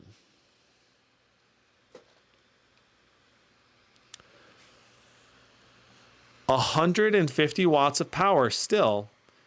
84 degrees, 85 degrees on that GPU. And our clock speeds are still over 2,000 in the 2100 range. 2200 almost there. It does feel like we might have just thermal throttled. Yeah, we just thermal throttled a little bit. It just said temperature thermal throttle right here. 87 degrees, temperature thermal throttle right here again. So we have reached thermal throttling with temps. It's not the kind of thing that's dangerous. It's just going to slightly reduce your performance over time. And, that might cause you to have a little bit inconsistent performance as it thermal throttles down. Obviously, we're basically running like the quiet fan profile version of this laptop to do this. If you wanted to, you could undervolt the GPU though and keep it running this fan profile and have it be quiet and probably still not thermal throttle and run really cool. So like inside of here, we can see that we are currently, I think, doing around this range of voltage. And if we wanted to, we could have the GPU drop down to like this voltage range down here, which would undervolt the GPU and provide us about the same levels of performance if we were to overclock it at the same time. So let's just say we're to do 2150. I don't know if we can actually do that. That's a huge undervolt. Let's try 2100. I don't know if we can do that or not, but let's try it. We might just crash the GPU right here because this is a strong undervolt. Yep. Yeah, we're going to crash the GPU. It's a little bit too high of a undervolt for that GPU, I think. So it's not a big deal. The driver will reset and we'd be able to try again with a different level of GPU undervolt. But that's basically what happens when you do a GPU undervolt. 85 degrees is close to thermal throttling. Yeah. We thermal throttled there on balance mode. And I think it's the kind of thing that like it's not bad for the GPU if you do what I just did.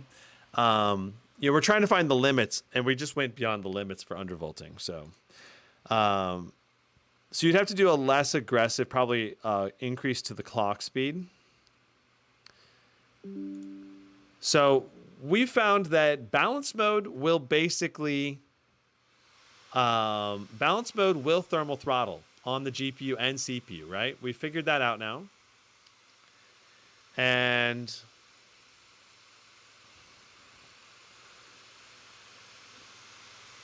that said, the performance is still going to be pretty dang good. I don't know. It's not the ideal tuning. I think if I were to tune the balance mode, I would probably set the power limit to more like 135 in balance mode or something like that. Like that's basically what I was trying to do with that GPU undervolt. So this is too strong of an undervolt. We got to go. Well, we could still do the same clock speed. Or we could do the same voltage. Now let's try like right here, and then if you were to go up, not all the way to 2100, maybe just like 2000 or so.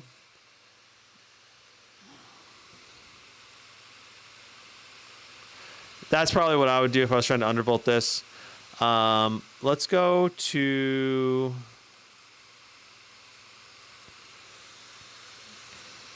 Time Spy again. Let's get it running in the background.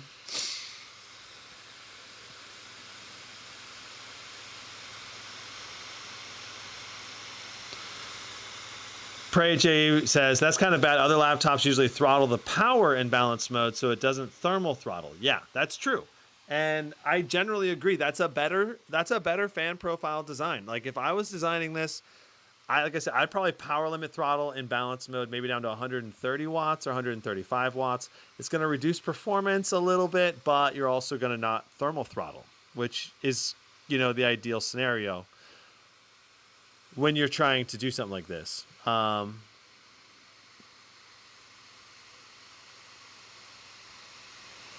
the name of science, you tested it. Yes, I did. I tried it, and yeah, we crashed. I mean, it shows you that it's real testing. I'm not just like making it up, right? Okay. Let's get Time Spy running again. Let's get our thermal tests done here for our fan noise. Right now I have max fans running just to help cool the system down a little bit, so silent mode will give us more accurate numbers.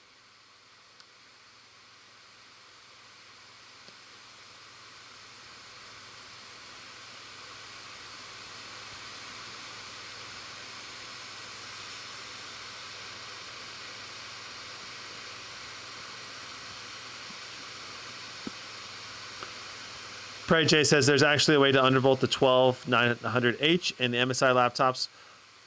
Tell us, well, how do you undervolt it?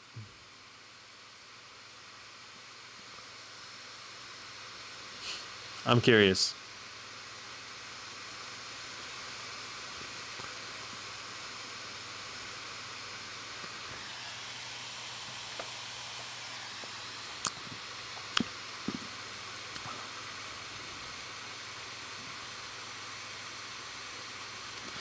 All right, so we got the test loading in the background. Let's get into silent mode now.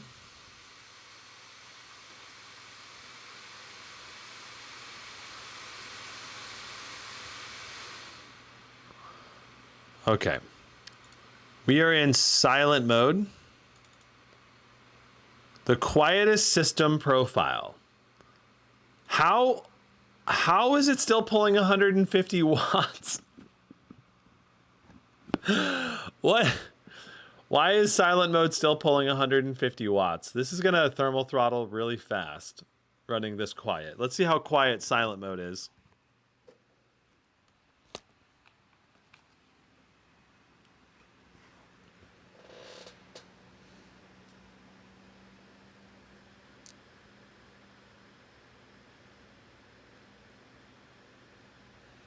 .44 decibels.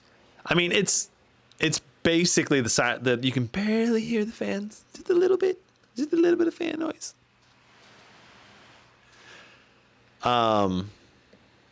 So interesting.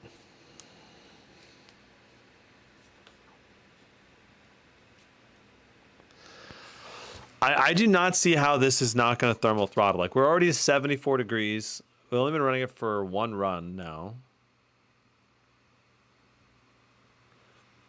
You set the AC load line to 140 in the advanced BIOS. Yeah, that's what I thought that you were thinking of undervolting, was doing the load line undervolting.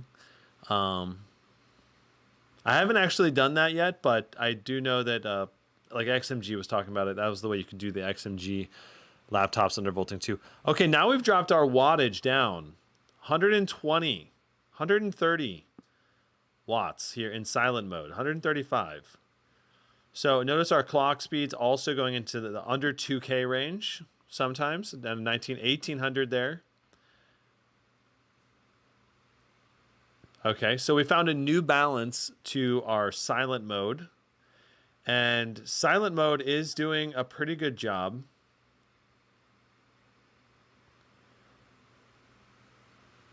Of keeping these temps in check so far.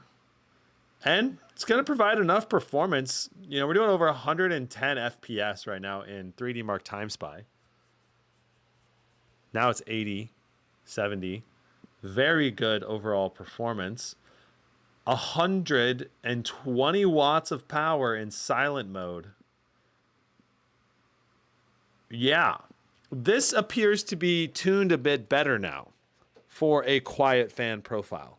Balanced mode may have been tuned to be a little bit hot. I would not be surprised if this eventually is still thermal throttled, but it seems like it keeps power limit throttling every time we see above 75 degrees. It seems like it's power limit throttling the GPU a little bit more. Now we're down to like 115 watts, 125 watts again. Like bouncing between like the 115 to 127 watts range. And notice the CPU was also pulling like 40 to 50 watts, and now the CPU is only doing 29, 30 watts. I think the CPU power limit was also reduced significantly. And that does help temperatures because this is a shared heat pipe system. So 77 degrees on the GPU, 78 on the CPU. And I mean, this is like our 8th run through TimeSpy. So I don't know. I think it's probably stabilizing pretty well. It still hasn't gone above 80 degrees on the GPU.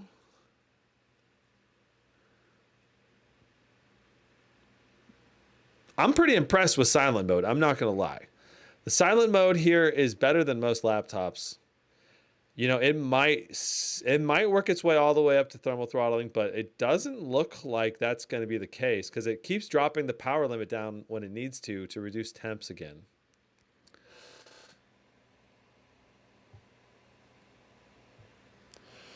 Uh, 30 watts is way too low for that CPU. It's going to affect FPS in games.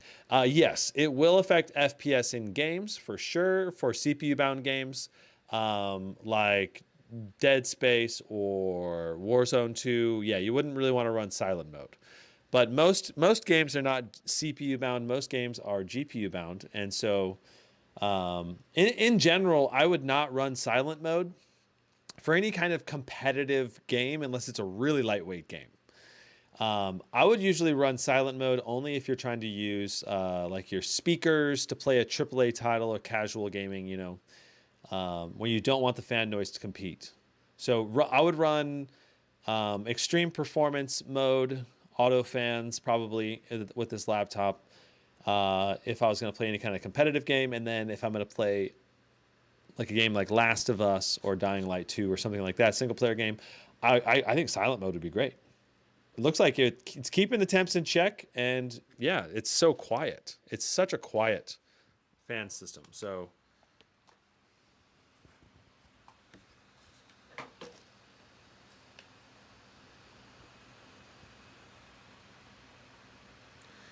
you can do it. There we go.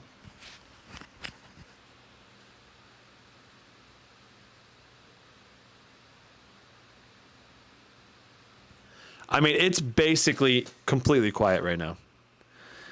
Cool. So let's go back into extreme performance mode with max fans, like we test all of our laptops.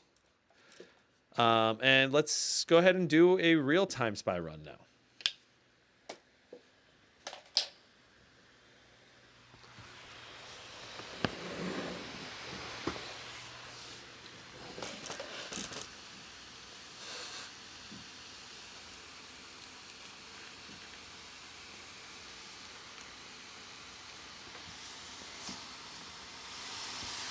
There's max fans.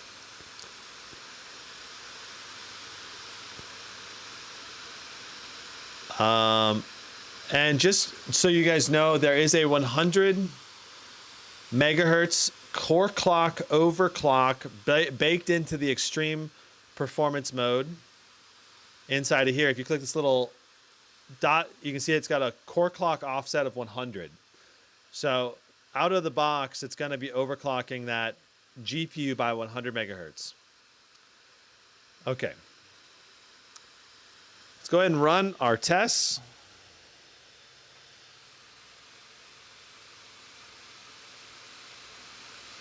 Beautiful. Battlefield 2042 wrecks both my CPU and GPU. Yeah, Battlefield 2042 is a very GPU, all the Battlefield games, they really take advantage of the CPU multi-cores and can pull a high wattage on your CPU, GPU. It's one of the more demanding game titles to run, for sure. Yeah, 2042 in general, it's gonna be one of the more demanding ones. I'm tempted. I could add it as a benchmarking game, but I don't know. Michael, I'm getting a gaming laptop too next month. Cool. Wonder what you're gonna go for. What's your budget, man? Baba says, what do you think about the Pulse 15, which has the same pulse with RTX 4070 and Intel i9 for 1800? Do you think it's worth it? 1800 can almost get you this laptop. And this has way more graphics performance. But this laptop does not have as good a display as the Pulse 15. So there's your trade-off. I don't think that the Pulse 15 is going to be worth it at 1800. But if it goes on sale, maybe like 1600 with the 4070 i9 and the high-end display, it might be a decent deal at 1600. 1400 would be a pretty good deal. Like I'd say a very good deal for the Pulse 15 i9 version with a 4070. Because the 4060 version is only like 1150. And so I would say if you're going to get one, it's not worth a $700 jump to get the 4070 over the 4060.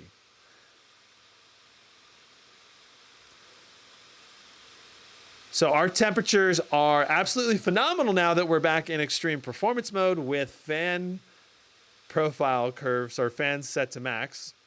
Baka says, are you going to review the Framework 16 laptop that seems to have a ton of hype? That would be pretty interesting. I think a lot of people would be interested in that. Yeah, I could try to review that if I can. But does it, what GPU does it have? I don't even know if the 16 has a GPU. I know they were talking about having a dedicated GPU that you could put into the back, like as an upgrade module that slots in. I don't know. And you could swap it out with an upgradable one at some point.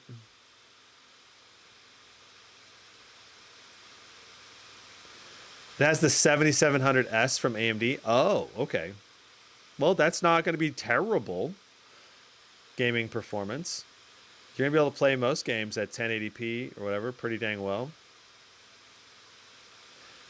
Is it available for order right now, the Framework 16 laptop? Because if it is, I should probably just go ahead and try to get it ordered as soon as I can. If you order one now, you'll get it in 2024. Sad face. Maybe I can get them to send me one if I email them.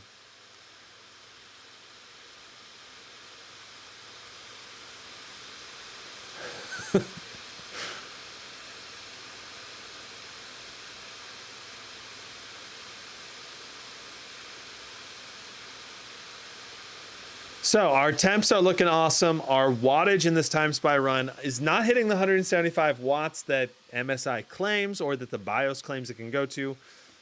Don't know why it's not getting to 175 watts, but it's not. And yeah, the clock speed is going to be a little bit lower because of that, not hitting the full wattage.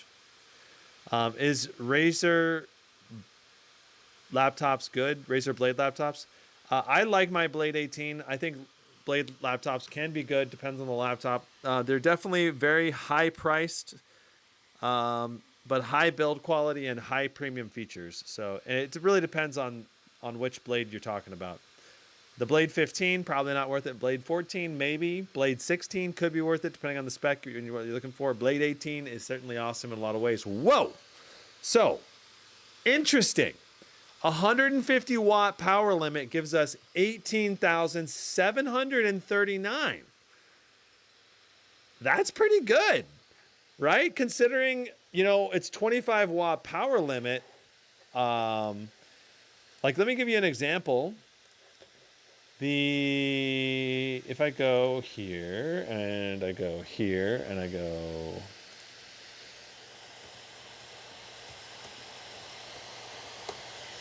Strix G18 with a 4080 gets 19,031. All right, so this laptop that has a 175 watt RTX 4080 only got 260 something more time spy score. So that extra 25 watts of power didn't really make that big of a difference in terms of time spy performance, at least. And our CPU score is also pretty dang good at 15,590, which makes sense because we do have an i9 CPU in this, right? So we have a good CPU. Awesome. So let's go ahead and run some Cinebench R23 now.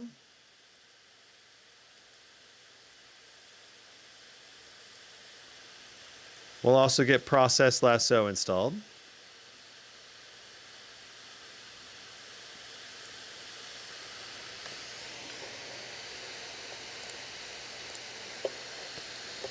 Is the dynamic boost not working? Yeah, it seems like the dynamic boost is never activating on the system. So it's very odd performance right now.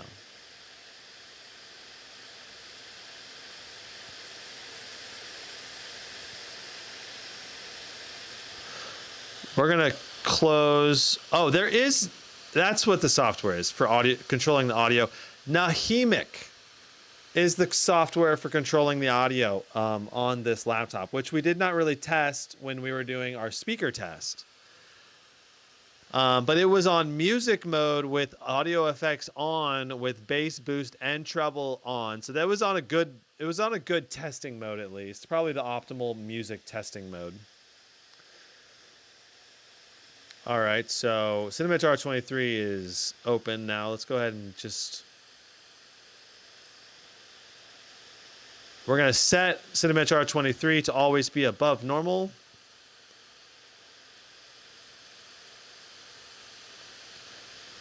Let's go ahead and get HW info open.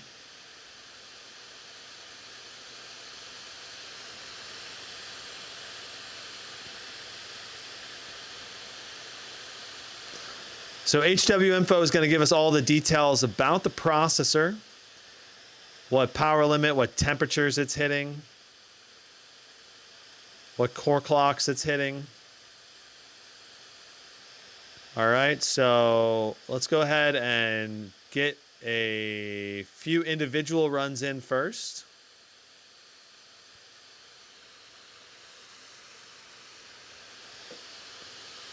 What's your vector, Victor? Thanks, Randy. You're not going to get a Razer for 1200. How many nits brightness is this laptop? Sandor, we did 301 nits brightness in the display test, which is good for, it's good enough. It's just not a very high color gamut on this display. Like 72% sRGB. For $1,200, Tofric, or I think Michael is saying $1,200. The best one I saw for $1,200 was like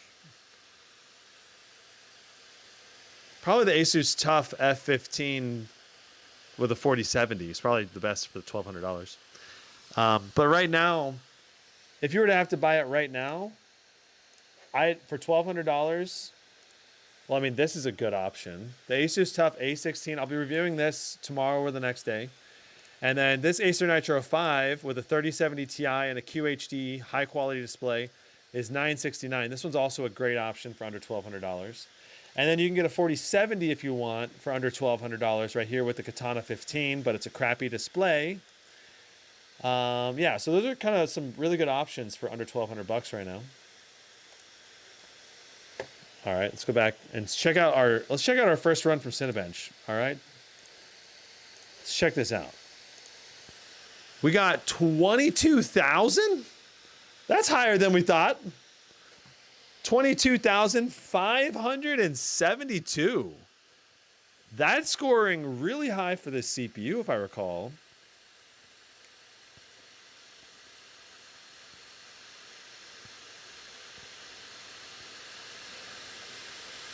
Let's see what our core clocks are doing. 4.2 gigahertz on the E cores. Oh, that's why. Right. So this, you got to remember, this CPU is the Core i7-13700HX, not the i9. The one that's listed on the link has an i9 12900HX, or 12900H, which is a slightly different processor. This has 2 more P cores to it. Okay.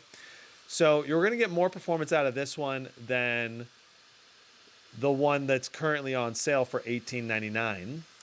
But overall performance is not going to be too much different. It's got only 2 cores different, 2 additional P cores in this CPU.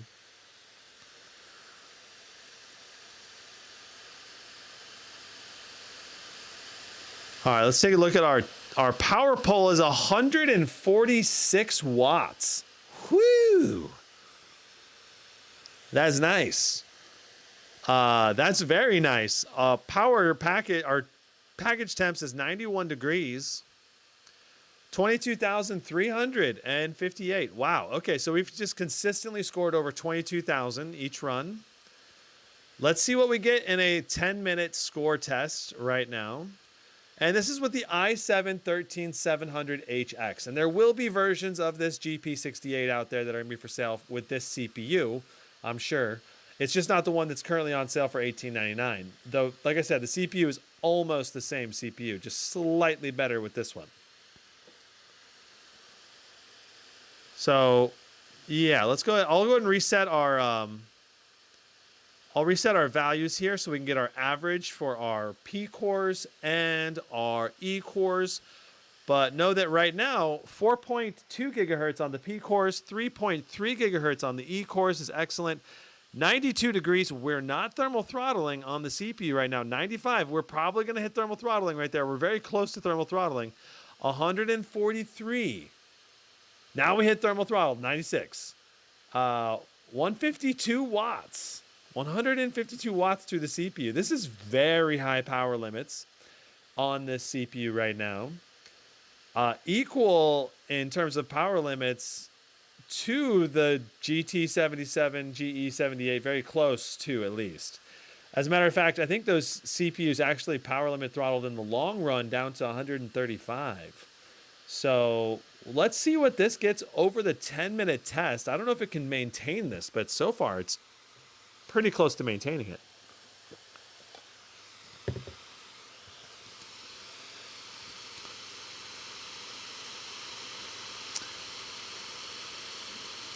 How did I like the Alienware M16 I reviewed? I wish the laptop had better software and a brighter display on the Alienware M16. But I like the build quality. I like Windows Hello on it. I like the color gamut of the display, and the thermals were pretty good. But the tuning on the tuning on the power limits were all off for the Alienware M16. So I would say the Alienware M16 is a good laptop as long as you know how to tune it properly to make it run correctly, because the default software doesn't do that for you automatically. Okay, so we are 7.5 minutes left on this test. Let's take a look at other laptops around this price point and see what kind of performance you're getting around the $2,000 price point. Okay, so here we go. Let's go.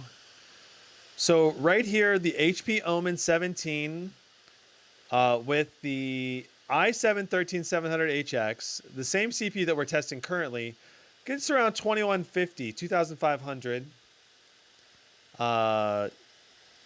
Right here. I don't know about this i9. I'm actually curious. Let's see if we can get a better CPU score. That's going to be more accurate, maybe.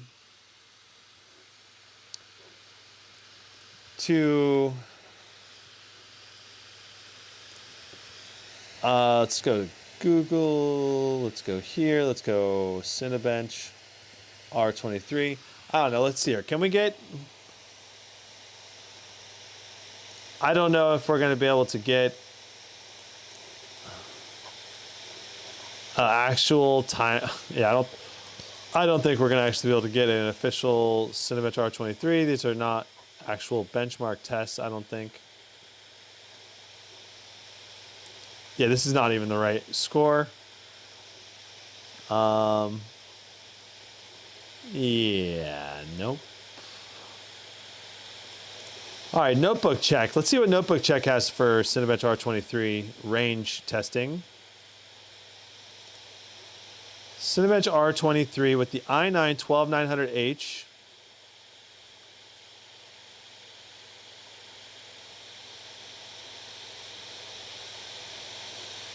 Interesting. Yeah, so the best ones from previous generation got 19,648.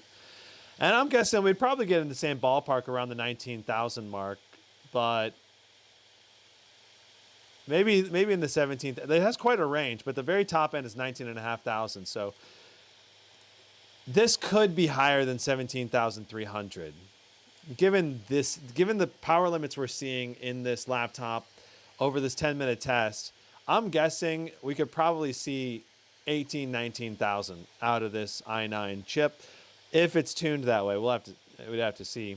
Okay, so jumping down to laptops around the $2,000 mark, what kind of performance numbers are you seeing here? So for CPU performance, the Asus Strix G16 with the i9, this one's going to have really good CPU performance for the money. $2,000, 29,700, $15 CPU points per dollar right here. Insane. That is so good for your CPU points per dollar. But look at the GPU points per dollar, only $6.28, which is not very good. The laptop we've got in front of us right here is doing like around $9.60 for our GPU performance per dollar. So that's quite a huge difference. It's like a completely different focus of the system.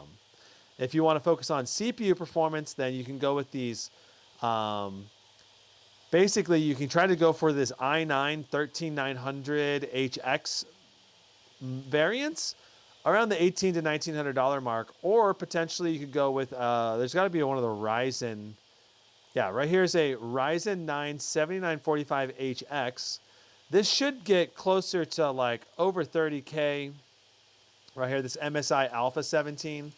So if you went with this laptop, again, you'd have less GPU performance for your money, but you're going to get a Ryzen 9 16-core 32-thread part, which should get over 30,000 in time spy as well for $2,000. So again, it's a shift in focus. I do like that you get a better display in here as well, you know, because like, getting a better display at the same time that you're getting a better CPU performance would be a nice advantage. And this would be a great CPU for esports gaming or not. The i9 is also great for esports gaming, but it's only a 4080. So you're going to have VRAM limitations, and it's obviously not as good of a GPU as the 4080 that we've got in the Vector.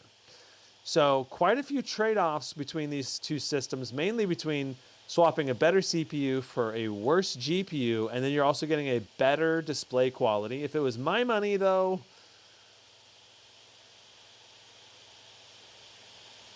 I'd probably go with the better display and faster CPU because I'm a video editor and I'd prefer this focus. But this probably would, I would probably just rather spend a little bit more and get an i9 and a 4080 like in the Omen 17. So like at the top deals section here, yeah, like this is enough CPU performance for me, but I want the better GPU performance. So at the $2,000 mark and a better display quality too, all at the same time. This would be a nice blend of CPU, GPU, and display quality in one. So just depending on what you're looking for, I think this Omen 17 being like, I think it's on sale right now for about $400 off. So we don't have it marked to on sale, but it should be marked to on sale. So it's pretty interesting. Let's go ahead and see what we're doing on our GP68 here. How are we averaging over the course of this whole test? All right, so our average P-core, performance core clock speed is over 4 gigahertz on most of the P-cores, 3.22 gigahertz on the E-cores. That's very good. Overall, this is good. Good overall performance. And keep in mind, this is not undervolted in any way, but this is an HX processor, so it should support undervolting. We've averaged 132.9 watts of power through the CPU, and our temps for our package power is 91 degrees. Our core temp package power, or our core temps were 81 degrees. Really good temps considering how much wattage we're pulling through the system. So very impressive in terms of overall,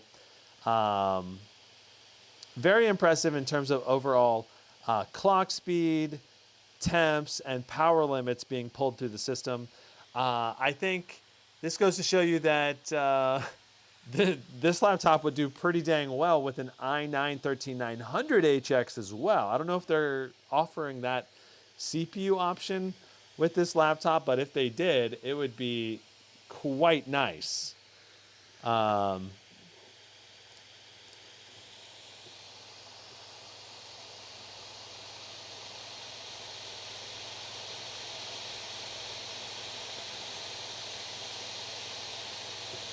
don't think the 12900H heatsink will be the same though. It won't have the same power limits. Maybe. That may be true, Pray J. It's hard to say, you know, but if they created a heatsink system, they may keep it the same as long as the CPU die size is the same across the top of the CPU. It might not be though, or maybe it's similar enough they can keep it the same.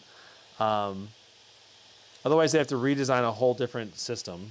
Okay, so with the i7-13700HX, we got 21,636, you know, and our power limit was like 130 something watts down here. That's phenomenal. Overall, excellent CPU performance here with the i7-13700HX. It's not the best CPU performance for your money around this price point, but it's still excellent. All right, so we're gonna keep this in extreme performance mode. All right, let's do a quick check. We covered all of these. So if you're just hopping into the live stream, we've talked about all of these different things with this laptop. And now we're about to move into our game testing. Apex Legends, Warzone 2, Counter-Strike, all of these games. Let's get into it.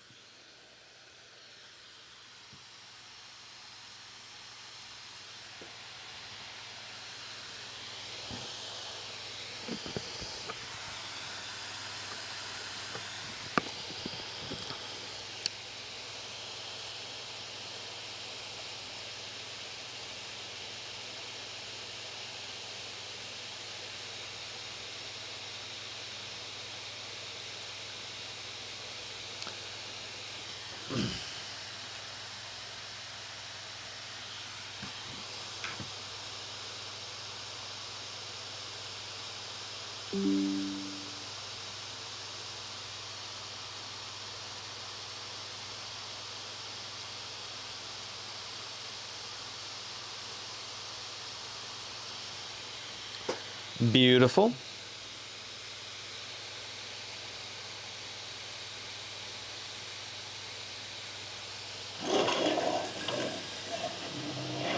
Clark says, hi, I'm late. How is it? Any problems? So far,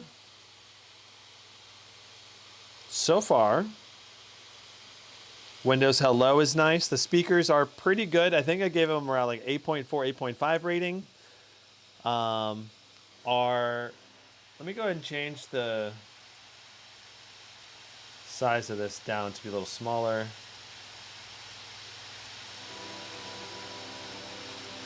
So the biggest weakness of this laptop appears to be just the color gamut of the display. It's just not as good of a color gamut as some of the other laptops around this price point, especially the high quality displays. It's like MSI was like, we're going to make the cheapest RTX 4080 by putting a mediocre display in it. So essentially, if you're going to mainly use an external display with this laptop, that's probably the biggest group of people that should really look at this, I think. Or if you're just not as picky with your display quality, then that's fine too.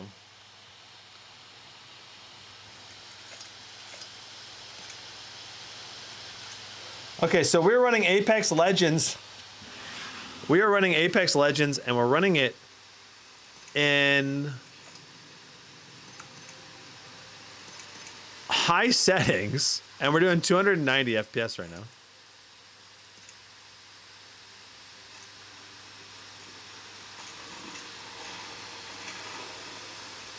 Which is obviously very good. Shows you the power. Who is shooting at me? They changed it. Now the bots shoot back at you?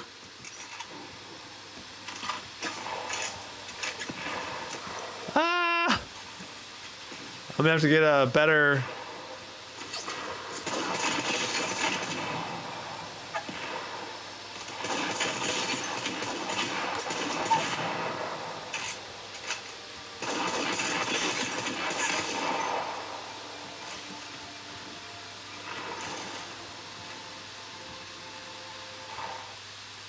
I'm pretty sure we're in 144 FPS mode, but I want to make sure. Yeah, we are in 144. This feels really good. I think there's just a little bit of ghosting on the display, though. You know, like when you look left, right, it's not as good as the 144 hertz display as like on the TUF F15, for example. But this is still good enough to play esports games pretty dang well. Way better than 60 FPS.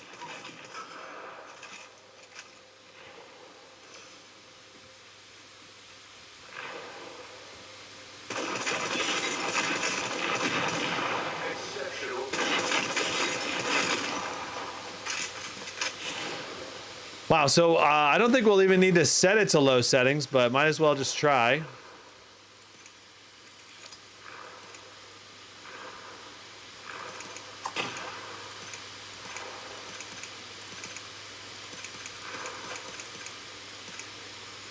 I mean, we're going to have such high 1% lows now. Over 144 FPS for our 1% lows. 198 FPS for our overall.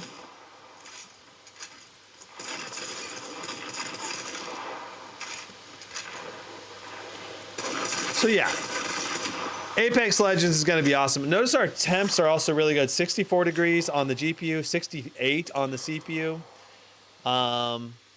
And yeah, right now we're not even capping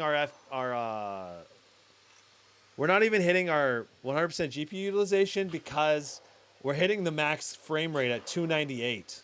So that's basically making it so it doesn't have to work as hard. How are the hinges on this? The hinges on this are excellent. All right, let's get into a gun run game if we can.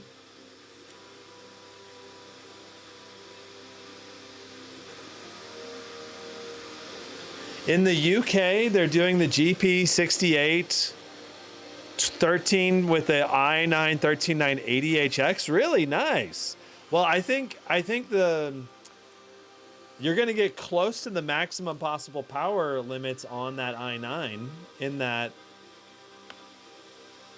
inside that config.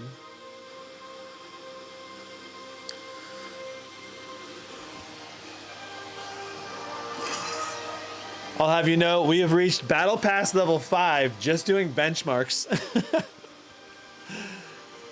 Clark says, is this the cheapest RTX 4080 laptop? Yes, as far as I know. Unless there's some crazy deal or coupon thing that's going on that I don't know about, but it's the cheapest one on my laptop list as far as I know.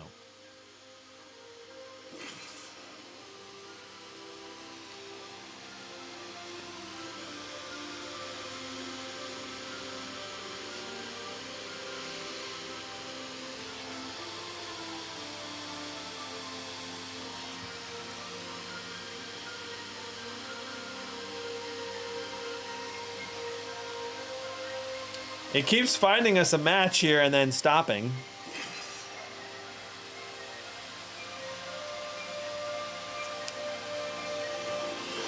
Look at our GPU temps.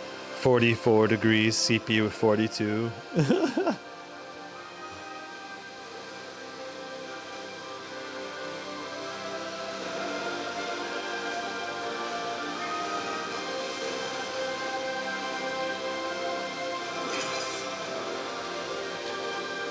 Yeah, it's actually found us a match. Hooray.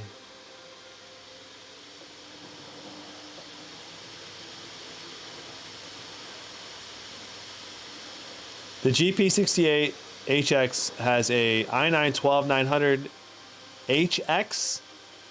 Is that CPU even exists? I can't. I'm not very familiar with it. I mean, that probably is. I guess. Let me see here. Let me check out what's the CPU information on that one. 'Cause I thought that. Okay. Let's see here. Yeah, HX does exist. It's 8 cores, 8. Okay, so 8 E cores, 8 P cores. Basically the same exact CPU almost as this one in this laptop that we have right here. The 13700 HX has 8 cores, 8 P cores, 8 E cores. So very interesting. All right, let's see if we can do the murder and kill some people here.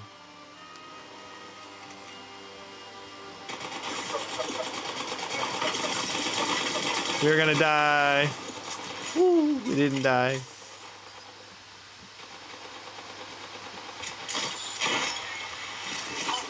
Oh, we messed up our thing. Oh, we can heal up and go out there.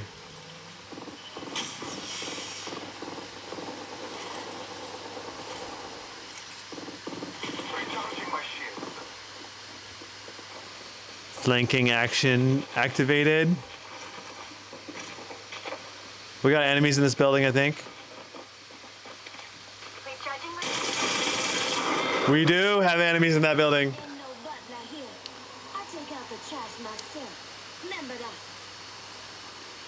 They got me good.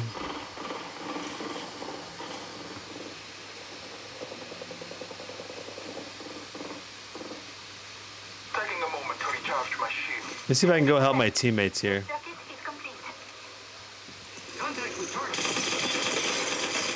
Well, I lit that guy up hard before he ran in there, so hopefully he dies now.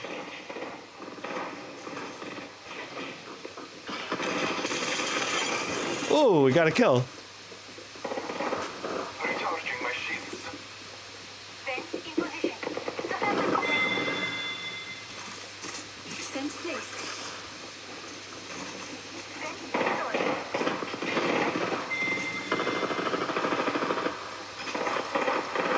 Our Watson is fencing up our base here. Oh, 2-on-1. They annihilated me. So 298 FPS right now. This is what I mean. The RTX 4080 is so powerful.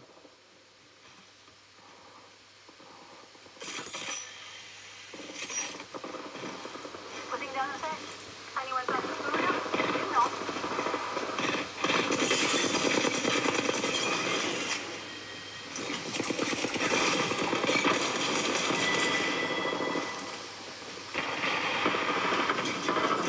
I don't know if I'll actually be able to get this off. Oh, yeah.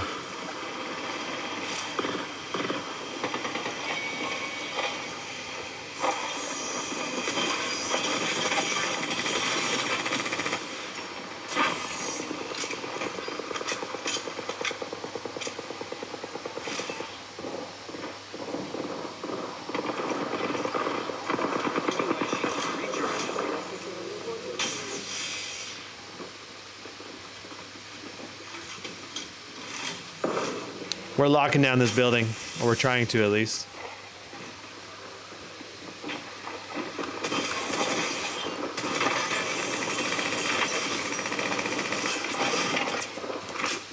The damn lifeline.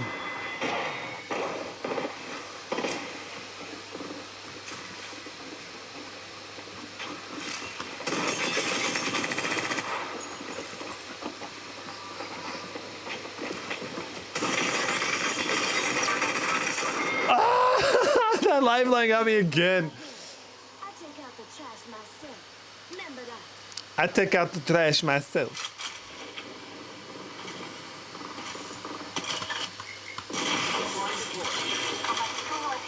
Shush now.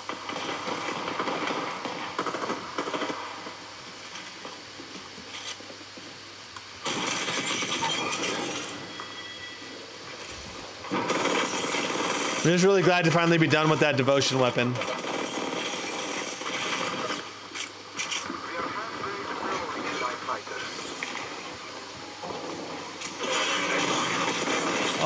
Oh my gosh, I couldn't see. I got annihilated by the ultimate there.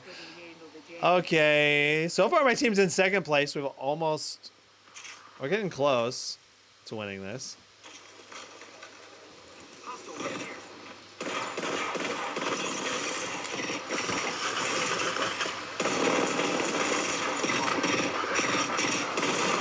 Oh, so close to killing him.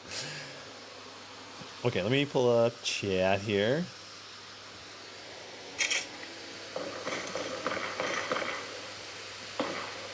Yeah, this laptop's definitely the kind of laptop that if you're using it on an external display a lot, it's going to be really good.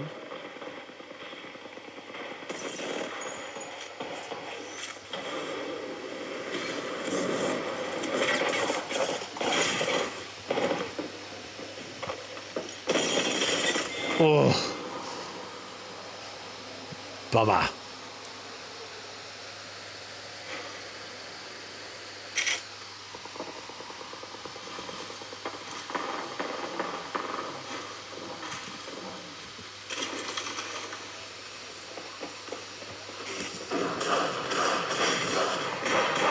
Why is there a guy up there? Oh my gosh. Death. Dying. Okay, we're tied for first place right now. 20 kills and 20 kills. So we're not actually that far behind. We could still win this.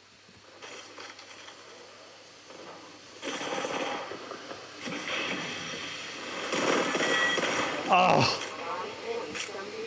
That guy died. At just the wrong time. All right, let's see if I can go up and kill this guy. This guy up here.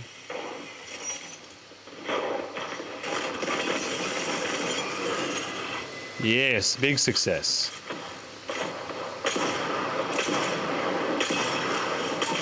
Yes, big success.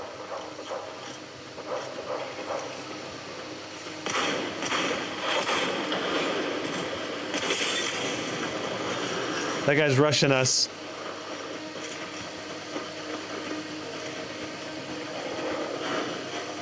Ready to go.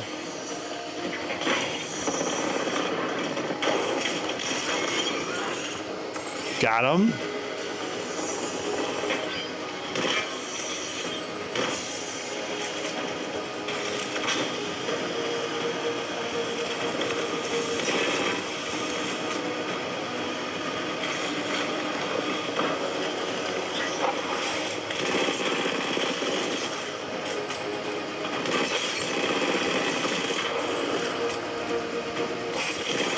I'm just gonna die.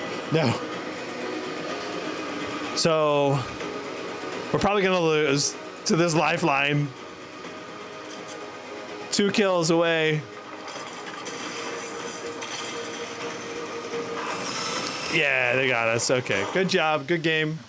All right, so very good Apex Legends overall enjoyment and playing the game, but it's not your ideal esports game because there's a little bit of ghosting, a little bit of screen delay to the display that makes it not quite as attractive to me. Hi, Bobo. You coming in here? Yeah. Are you coming in here to say hello? Yeah. This is the hero doodle. He wasn't feeling very good yesterday. He had to get extra chicken and yum-yums so he would eat yesterday. Mm-hmm.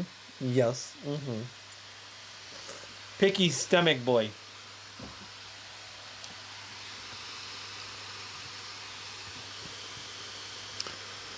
So, waiting for Warzone 2 to load. LSP says, GG Gizmo. Thanks. I tried. Like, I was able to play pretty dang well, but like I said, there's a little bit of ghosting on this display. Makes it a little bit harder to aim compared to, like, I think your perfect esports display. But the performance of the laptop was excellent. So, especially if you use an external monitor with this, it is going to be phenomenal.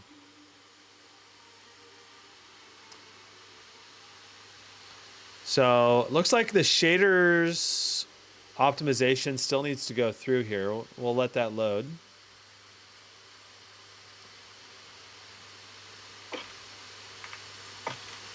Well, it looks like we gotta restart the game too. I did already do this once.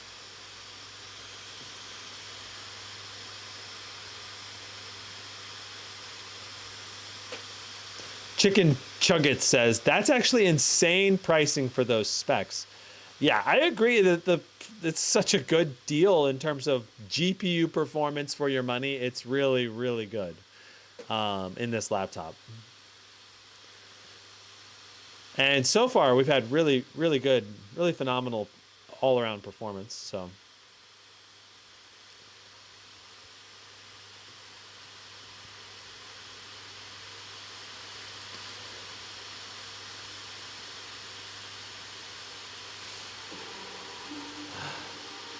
yeah, I was downloading Doom Eternal, but it didn't download fast enough, so I don't think we'll be able to do it today.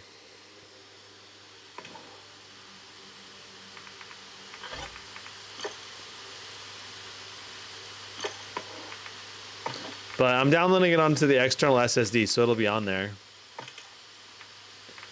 Okay, so full screen exclusive, 1920 by 1200. DLSS is on quality. Minimum specs are set. Let's do it. Battle Royale. Can we do solos? Also, let's wait for the shader optimization to come through.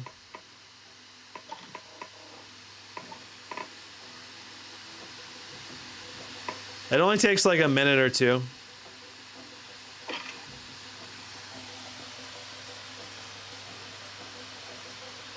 So we might as well let it finish. The fan is loud, I think. Revenge Sonata, you should check the fan noise test I did earlier in the stream. We are right now running we're running max fans right now, which runs about 58 decibels. But there is balanced mode, which only ran 48 decibels, and silent mode, which only ran like 44, 43 decibels. It's very quiet. So you don't have to run it on max fans. There are options out there. So just keep that in mind. Shader optimization's at 48% up here. We're getting some odd stuttering going on right now.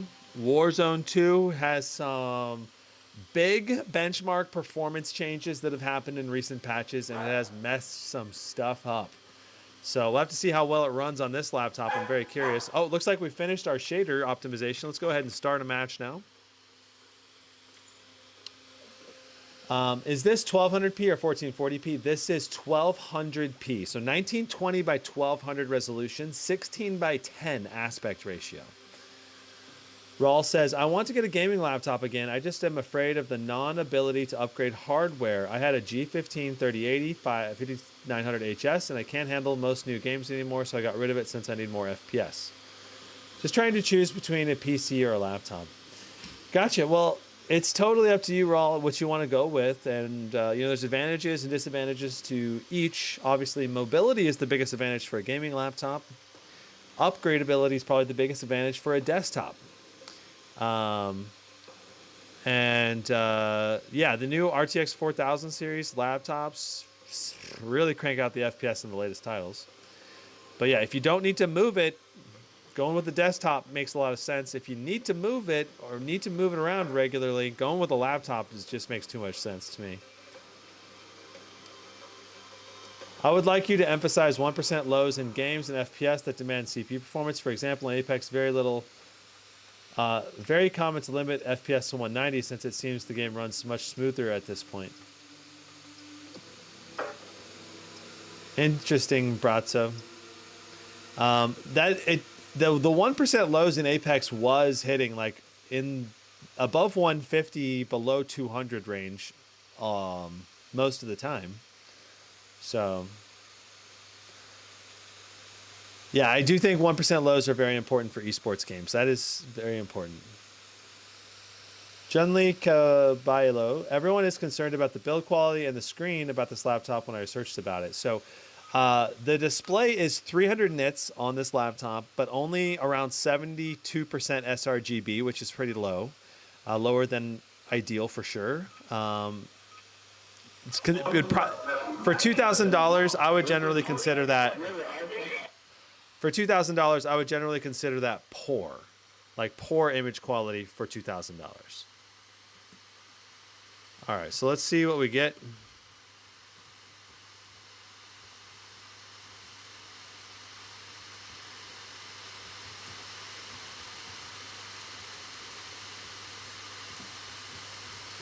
$83 FPS right now.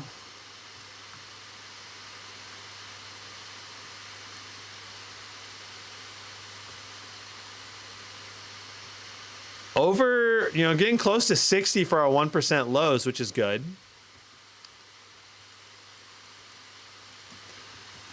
Let's see what we get on the bridge. If we can go to can we go to the bridge again yet? Hey, we can go to the bridge again. All right.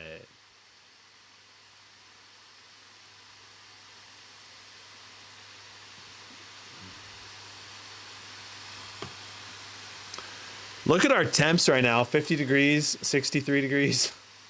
So Warzone 2, if you don't know, is a very CPU focused centric game. It really makes a big difference what CPU you have, more than just about anything else. So really, this is not the ideal setup for $2,000 for Warzone 2.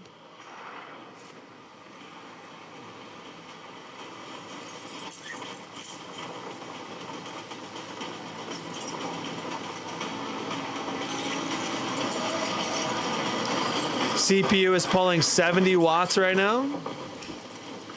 That's pretty high watt pull. The GPU is pulling 50 watts. It's pulling that low of wattage because it is we are CPU bound. So given that we are CPU bound, it means that we cannot we're only 38% GPU utilization. It's all about the CPU in this game. And we have a pretty good CPU for this game, but it's not like the best CPU ever. It's just pretty good. All right, so here we go. Oh, there's someone landing directly in front of us. Oh, goodness. 80, 86 FPS, 61 for our 1% low. 90 FPS.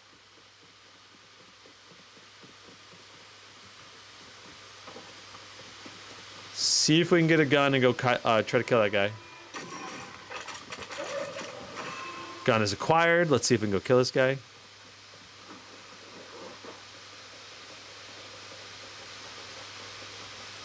Let me turn up my sound so I can hear his footsteps. Oh, I can hear him talking.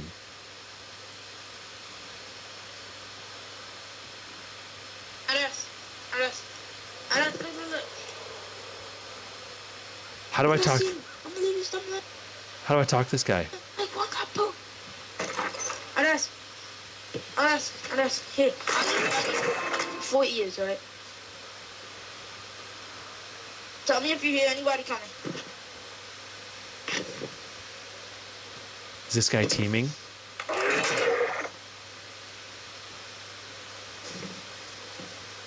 Closing round. Enemy UAV overhead. What the? What?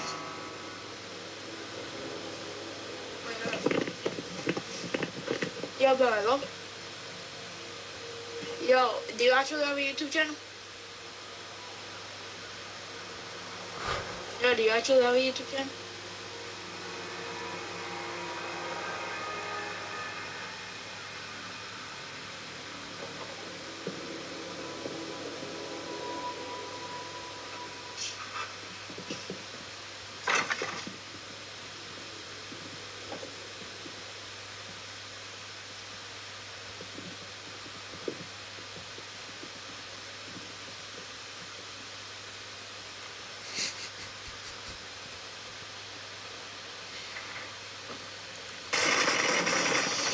Yeah, this is a stream sniper. It's gotta be. Yo, sing me a song and I'll subscribe to your YouTube channel.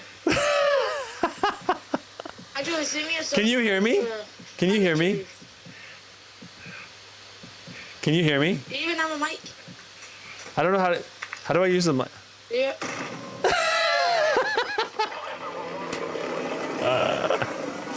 Off to the gulag. Dang it. Another soldier. Fight for your chance to redeploy. I gotta look at what's the push to talk button? We're about to fight someone. Subscriber lost. Alright, I refreshed the FPS counter.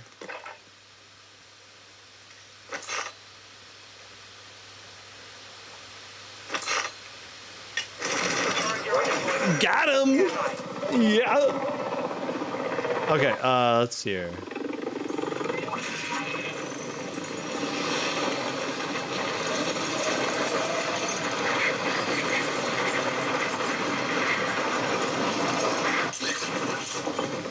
We're probably gonna die if I don't.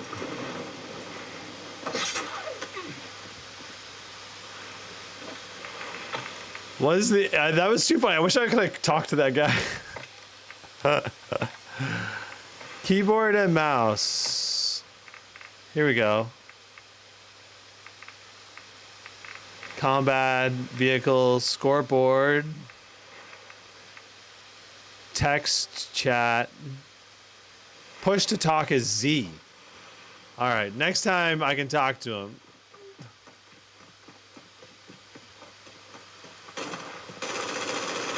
Yeah. All right, so this area of the game, we're getting 90 FPS, 34 for our 1% lows. Not the best. It still feels pretty smooth.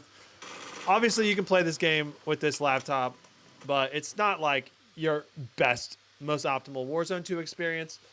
For that, like a 1080p, a 4070 is probably going to be 4070 plus an i9 13980HX is probably your best bet.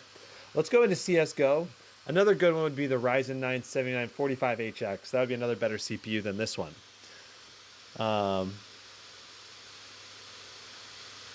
Sent to the gulag by a kid. Yes. I like how the guy was like, do you have a YouTube channel? I'll subscribe to it if you do. And then, how does he know that? What? It's too funny. Does it take their voice from the mic and broadcast it in the 3D space so you can tell where it's coming from? Kind of. At least it got louder when we got closer to him. I could kind of tell he was in that building. That's why I was sneaking around. All quiet, like, you know.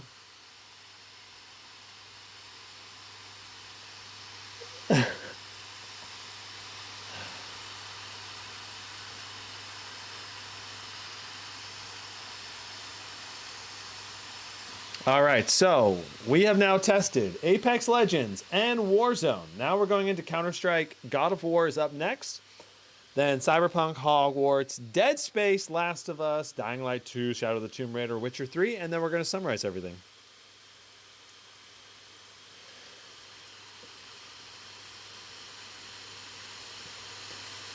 Project, you'll have to email me which benchmark map you're thinking of. I don't want to try to fiddle with it during the live stream.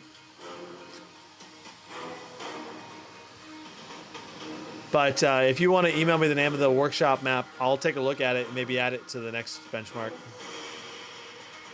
LSP, can you try ray tracing Overdrive in Cyberpunk this time? I mean, I could try it. It doesn't, like, it's not really going to be very useful for other people.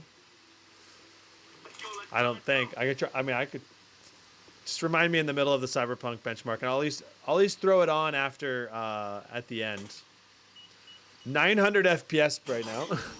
Okay, so in the bottom middle down here, we can see our FPS count. It's in the 700 to 800 FPS range right now. 700 to 800 still. That's pretty insane. You know, it's only 1920 by 1200 resolution, so it's insanely low resolution overall. Yeah. And CSGO is obviously very easy to run. Typically, the biggest area for CSGO is in the smoke, so let's see how low our FPS goes in the smoke. Coming up here. Still hanging in there. Wow, over 120 FPS in the middle of the smoke is excellent.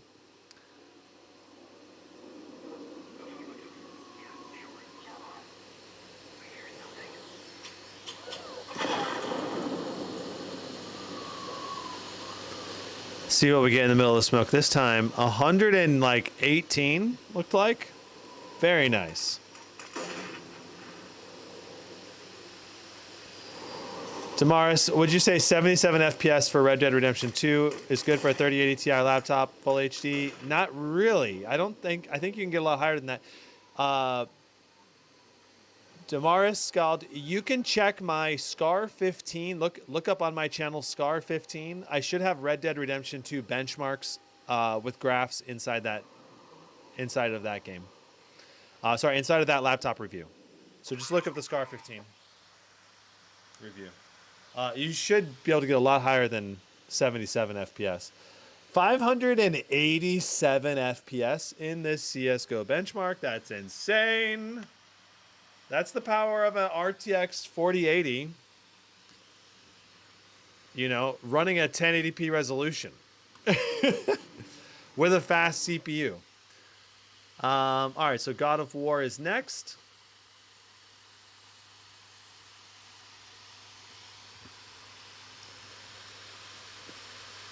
There's kids, but there's also old people as old as 60. The first Atari 2600 Commodore 64 games generation. Yeah, there's definitely some old gamers out there. You occasionally see them playing just about any game. You know, my dad, my dad's a gamer. I got him into playing Left 4 Dead, and then he started playing Left 4 Dead a lot. And he made a bunch of friends with a bunch of old gamers. And like initially he just kind of played with me just for fun. So 1920 by 1200, DLSS on quality, graphics we're going to go to ultra. And and then like I would visit the house sometimes, and like he'd just be playing and he'd be talking on the phone. They'd be like testing new techniques and stuff. In Left 4 Dead, like different formations at different difficulty levels, and they'd try to beat it, and like sometimes I'd see him really frustrated, and it's like it's really funny because he's like, you know, now he's getting up there, he's in his 60s now, like, yeah. Okay, so here we are. God of War, an excellent AAA title. Love this game. 112 FPS. I have beat God of War all the way through. It's an incredible story. Just incredibly cinematic gameplay. The gameplay is really fun. What did you find? Tracks. Not deer, though. I'll keep looking. 116 FPS, 76 for our 1% lows. Truly excellent for ultra settings. I mean, it's a high FPS gaming on ultra settings at 1080. And you really are getting the extra FPS in this scenario because it's a very GPU-bound game. Notice that we're pulling 150 watts, 100% GPU utilization.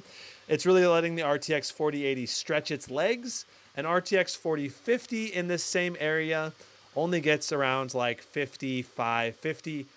Like a good 4050 only gets like 55 FPS. So this is getting more than double the FPS of an RTX 4050 in this game. And like a 4060 does like 65, 4070 does like 79. And so a 4070 to 4080 upgrade is huge. 79 to 120, 116 FPS is a very big upgrade. God of War, one of the more GPU bound focused games in this test today. Cyberpunk 2077, let's go. Is this on performance mode? That's really good temperature control. Yeah, this has really good temps when you're on extreme fans. If you're on extreme fan profile or max fan profiles, the temps are phenomenal with this laptop, but the fan noise is quite loud. If you go to quieter fans, like silent mode, we still saw pretty good performance, and the fans were super quiet. It was 120 watts to the GPU. LSP, I got to do my standard tests with Cyberpunk. And I will do this overdrive mode one time for you today, okay? And then you gotta let it go. I'm not gonna do it every time. Because I need all the benchmarks to be comparable, basically. That's the main thing. So that way, when I do comparison videos, I can reuse the footage from laptop to laptop. It's like planning ahead, you know, so I can reuse it. Okay, so 1920 by 1200. Full screen. Ray tracing on ultra. Texture quality on high. Frame generation is going to be enabled. We're going to go to quality for DLSS. Bada bing, bada boom. Let's go ahead and run the benchmark.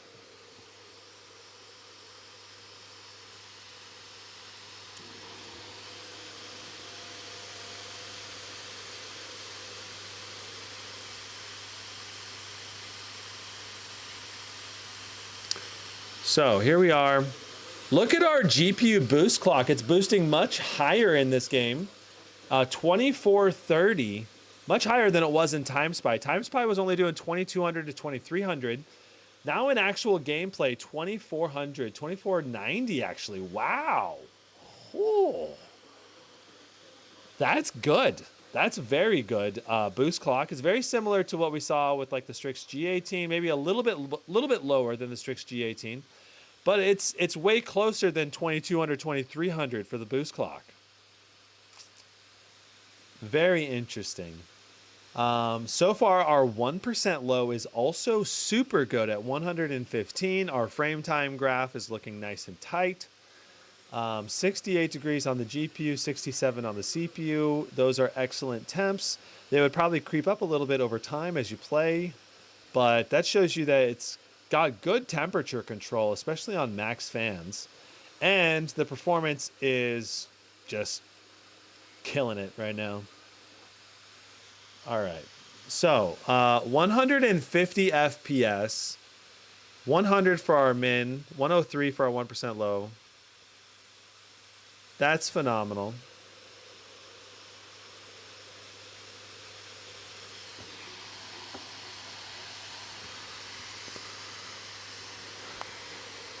So does ray tracing overdrive use path tracing for the rendering the light? Or is it still not full path tracing?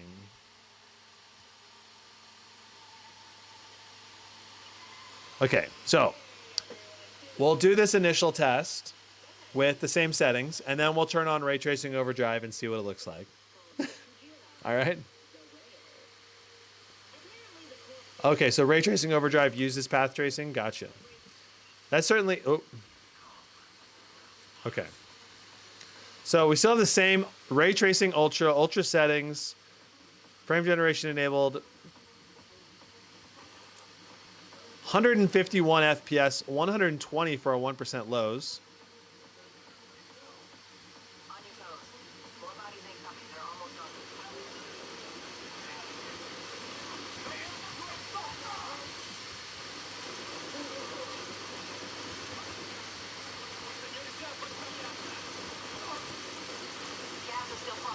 My teammate keeps jumping in front of me. I hate that part of this. Oh, I died.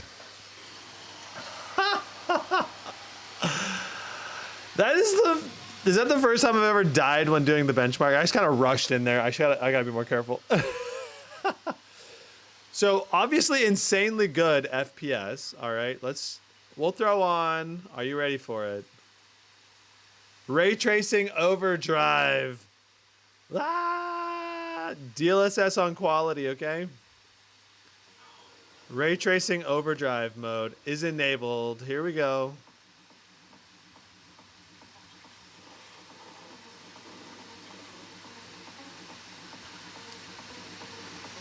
We're getting occasionally little spikes on our frame time graph.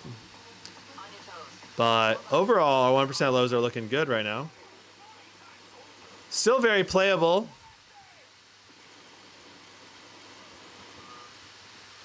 at 90 FPS.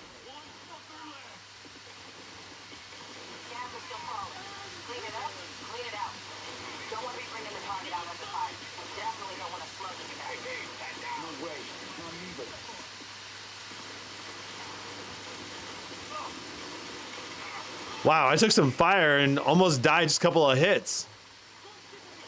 I wonder what difficulty level this is.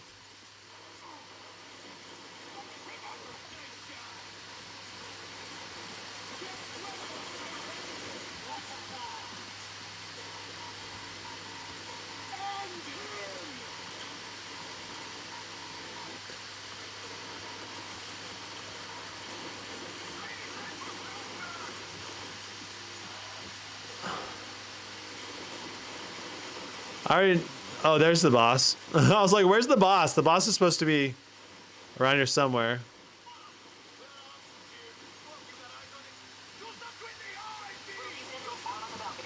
Okay, so 92 FPS for our ray tracing overdrive. If we were instead to turn off ray tracing, just go to high settings.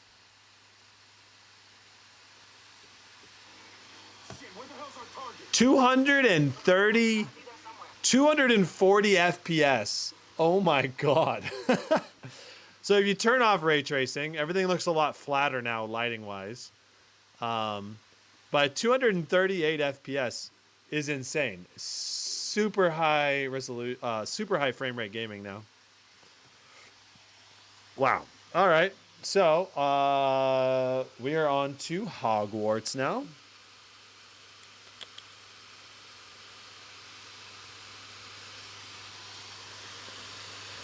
You can use meds lying there to heal yourself. I don't know, like I think the game is bugged or something because I had a bunch of meds on me and they're like not on there anymore. Clark says, I remember John Carmack invented ray casting. For Doom 1, the concept sounded similar to path tracing. Okay, interesting. Clark must be an OG gamer, I'm guessing. We're making references to Doom 1. That's an old game.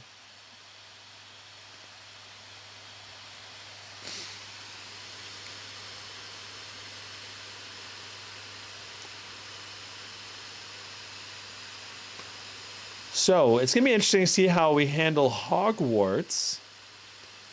Could probably turn textures up to high.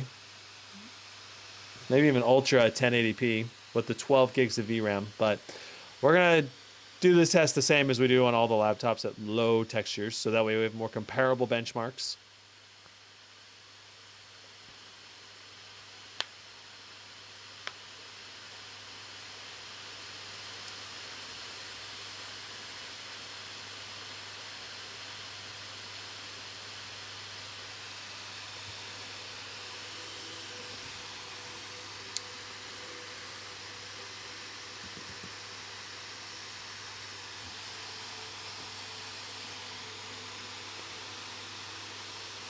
Ray tracing is ray casting with multiple bounces. That's where the stuff gets exponentially more difficult. Interesting. Yeah, I love the idea of ray tracing. I do think it does look better when it's implemented really, really well. It's just not always implemented that well. That's the thing. Is Hogwarts not optimized properly, Angry Llama? That's a good question. Yeah, so Hogwarts has extremely high texture demands. It did, especially at launch. And certain areas of the game in Hogwarts, like Hogsmeade, has like 100 NPCs all in a short little area. So it causes the game to be very CPU bound in that area. And it's also a lot of textures that are very high demand. So you really need an RTX 4080 to run Hogwarts without stuttering at 1080p on ultra textures. So right now we're already set to low texture quality. Ray tracing is enabled. DLSS is on quality. Frame generation is on.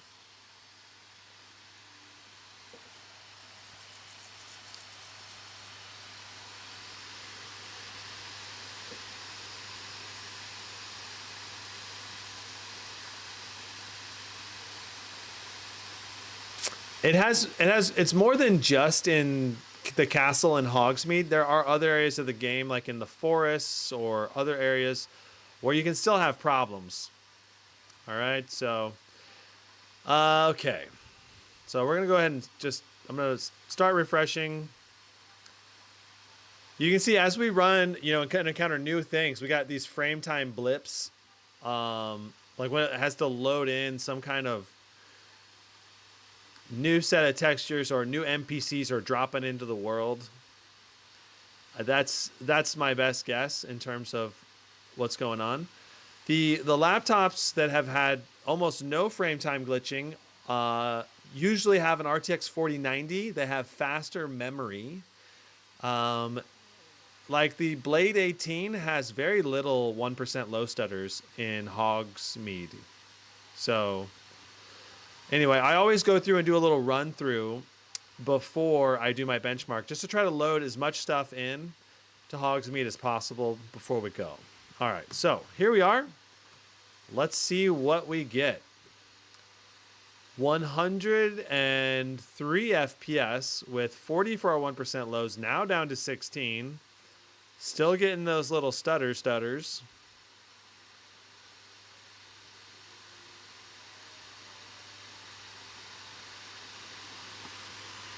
Okay, so 98 FPS, 16 for our 1% lows. We're using 6.2 gigs of VRAM right now. We have 12 gigs of VRAM. We could, in theory, set the textures up be higher. But I don't think we're stuttering because of VRAM. I think right now we're stuttering primarily because of the NPCs loading in and out. But yeah, textures could be going to like ultra, but it usually requires a reset to apply those texture changes. Let's see. It looks like it's loading in the new textures. Our VRAM is jumping to 8.9 gigs used. Are we going to cap our VRAM at 1080p? I think we probably will. 10 gigs of VRAM used. This is only 1080p resolution too. It's insane. Hogwarts is insane on the VRAM.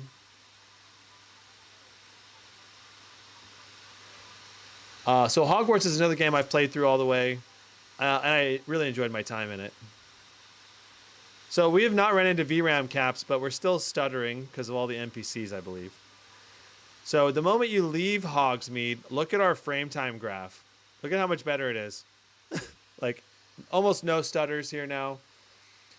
Very little hitches or glitching. And this is what you're going to get in the vast majority of the game world when you're playing Hogwarts. You're going to get this smooth gameplay. And then you go to Hogsmeade, it'll be like stuttery. So there you go. Overall, obviously very good performance. And you could get even a little bit better performance if you turn off ray tracing or turn DLSS to a little bit lower, but I probably wouldn't do that. All right, so our next game on our list is Dead Space. Let's hop into Dead Space. Let's go.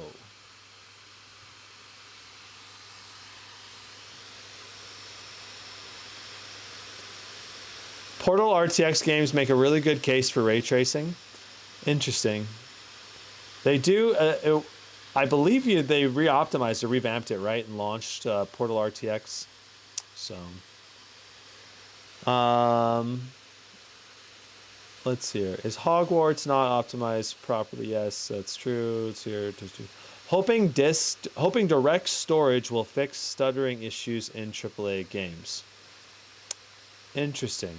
What is direct storage? Is that a new type of technology? Angry Llama says, better NPC management in Hitman 3 than Hogwarts Legacy. Yeah, I'm not sure exactly. I've not played Hitman 3 much, only just a little bit. But they do have a lot of NPCs in Hitman 3, right? It's very complex NPC environments in that game, from what I've seen. So it's probably very hard to run. Notice that we're doing 135, 140 watts through the CPU, and we're still not thermal throttling. 89 degrees on the CPU. That's pretty insane. Direct storage should make texture streaming much better. Ratchet and Clank is coming out next month using it. Hopefully you add it to the benchmarks. Is Ratchet and Clank going to come out on PC? Isn't that normally like a PlayStation game? Is it a PC port or something?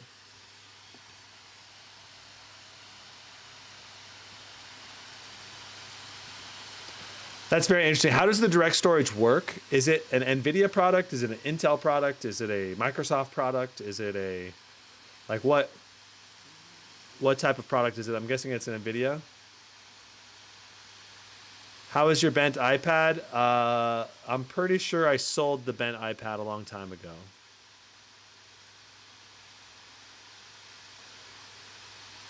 Or something. I sold it or got it replaced and then sold it. I had Apple Care on it, I think. I can't remember. You can watch my old iPad bent iPad video on my main channel. Okay, so 1920 by 1200, 144 hertz. DLSS is going to go to quality. Graphics quality is going to go to ultra. Uh-oh. There we go. Ultra.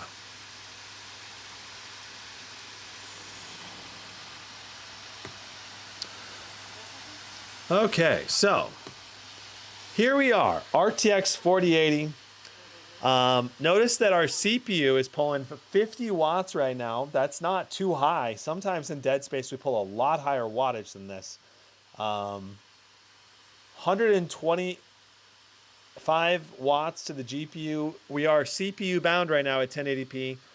Only doing 81% to the GPU. 140 FPS. If I can get it to go, I want to make sure it can go above 144. Can it go above 144? Are we frame capped to 144? Looks like we might be frame capped to 144 for our max frame rate. Can I go look in the corner over here? Is there any settings in here about max frame rate?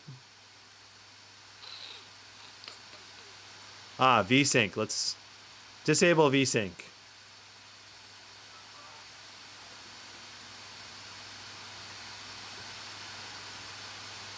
There we go, 160 FPS. Okay, cool. All right, so we are no longer capped for our frame rate. That's good. So let's go and walk around. I gotta say, the temps are awesome. Look at our temps, 64 degrees on the GPU, 66 on the CPU, only 50 watts of power, and it's looking nice and smooth and good graphics. Very nice. Someone was looking to buy a bent iPad. Well, it was only a little bit bent, and I think I ended up bending it back, so it was very straightish. The frame time graph, though, yeah, we are getting little blips here, but honestly, I'm not seeing them visually. Like, I'm turning the camera. It looks fine. It's interesting. Like, I only see only when it, like, gets a taller blip than this.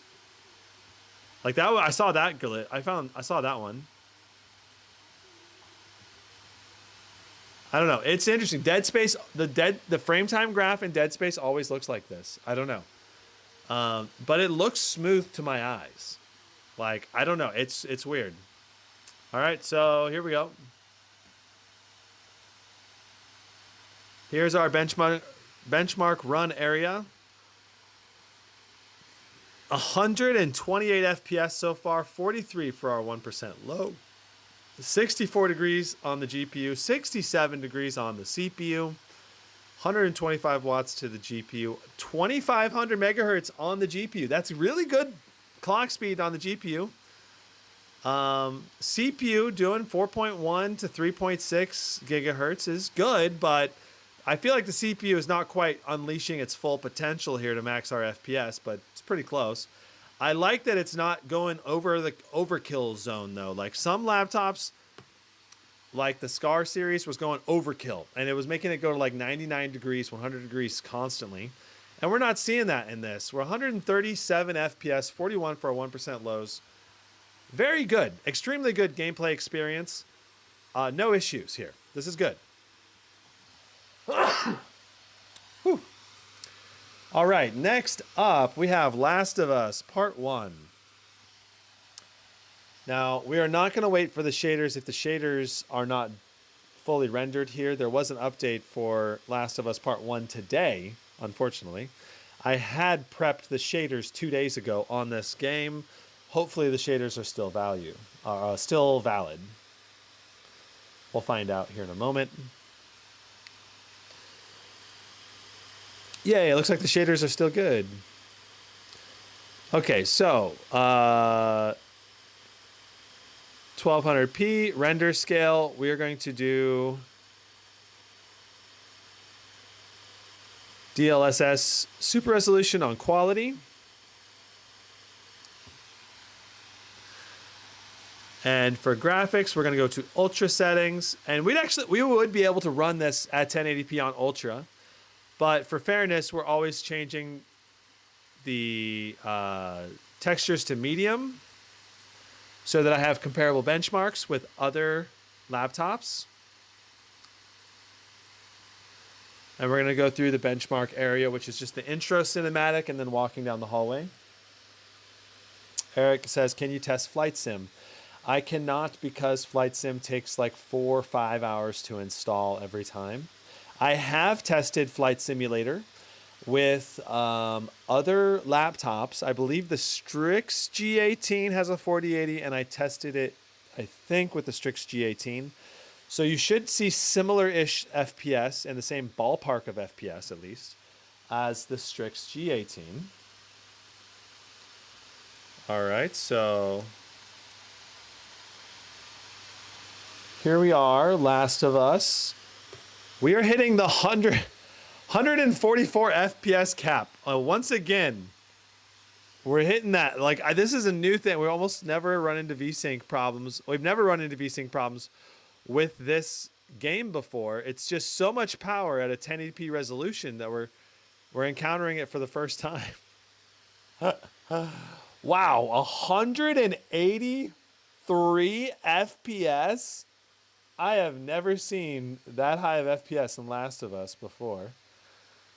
171, 172.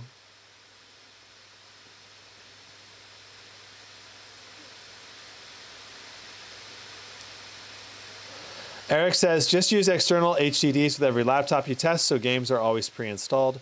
I already do that, and unfortunately, even with my external SSD and everything having pre-installed and updated, it does not transfer to the next laptop, and you have to completely reinstall Flight Simulator, unfortunately. It's the way Microsoft's installer is set up. It doesn't view the files as valid when you switch it from laptop to laptop. You plug it into a new laptop, you'll have to re-download everything for Flight Simulator.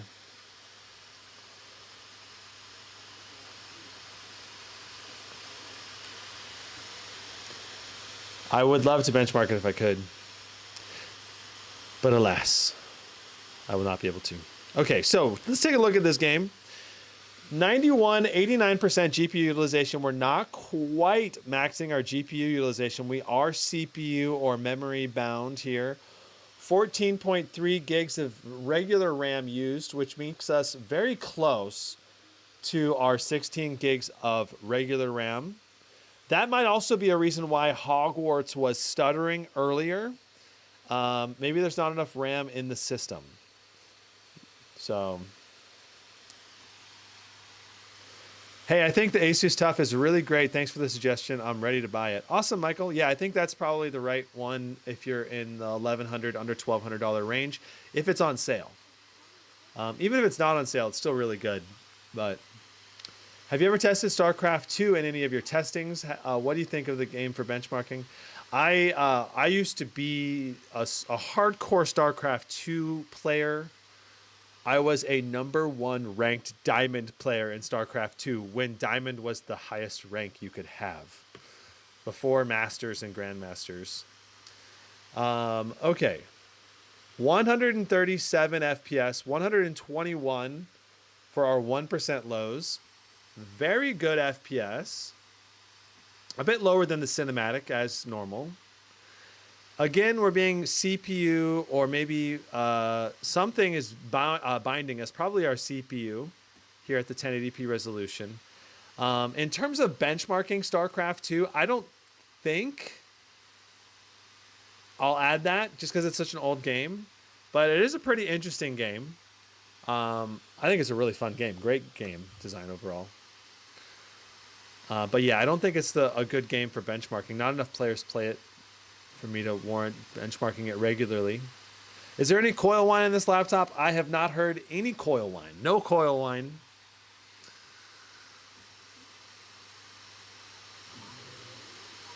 As far as I can tell. At least on this unit that I have here, no coil whine.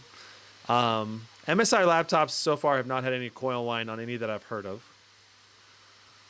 149 FPS so far in our benchmark average.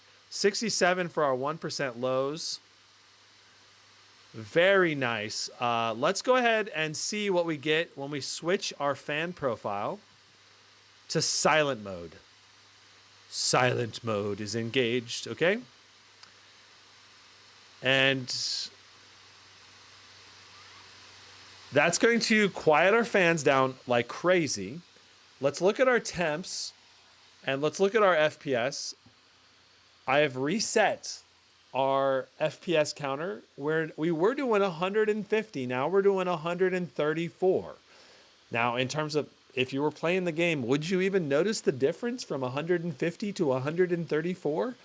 Probably not. Most people would not be able to tell that difference.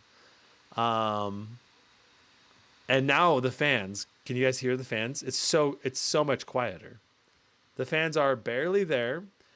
Our power limit going down all the way to 112 right here, 30 watts of power to the CPU. Like we were CPU bound before, now we're kind of basically extra CPU bound is the way I would describe it. But keep in mind, we're on ultra settings right now. And yeah, I'm gonna turn the volume up on the game to max. And let's try to hear the game during this little combat sequence here. There's his phone.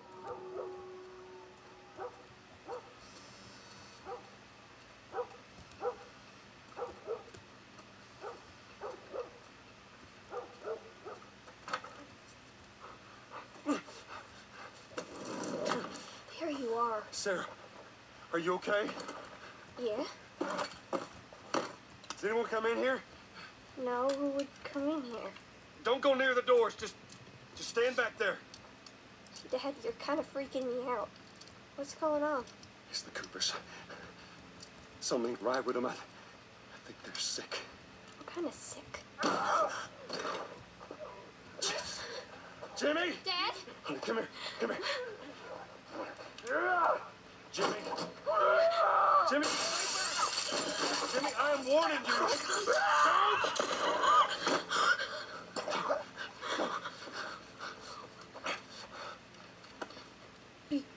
You shot him. Sarah. I saw him this morning. Okay, so audio quality, I think it seems like the volume is a little bit lower than I would ideally want for like AAA gaming on quiet fans, but the fan noise is extremely quiet. Like I would say like in terms of cinematic sound quality though, I wish I could just boost the audio to a higher level. That would be my main complaint there. Let's go back to extreme performance and max fans. Woo! All right. On to Dying Light 2. Let's go.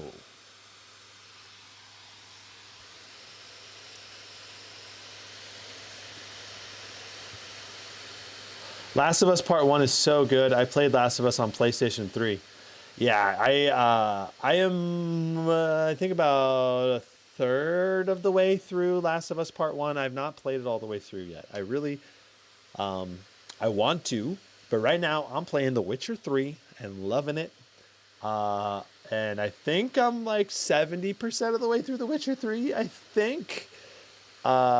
But the thing about The Witcher 3 is it's such an open world game and there's so much to do. And all of the side quests has voice acting and cinematics and like people that you're saving or whatever. It's like you're playing an episode of Netflix The Witcher every time you play a side quest in The Witcher 3. I love it. It's so cool. So yeah. The Witcher 3 is still going to take me a while to fully beat. But I at least want to beat all the main story. I might not be able to do all the side quests in The Witcher 3. Oops, I clicked community maps. Let's go to options. Video. We want high quality ray tracing, full screen, reflex on, frame generation on. Got to restart the game to apply those settings. Play Sekiro. I would love to see you play. Yeah, I've heard that game is a lot like same makers as Elden Ring, right? So it's a lot like Souls, Dark Souls. So, but yeah, that would be a fun game to play too. There's just so many good games to play and not enough time to play them.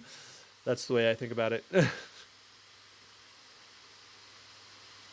Did MSI put in a BIOS update to fix the dynamic boost? I'm not sure. I don't think so.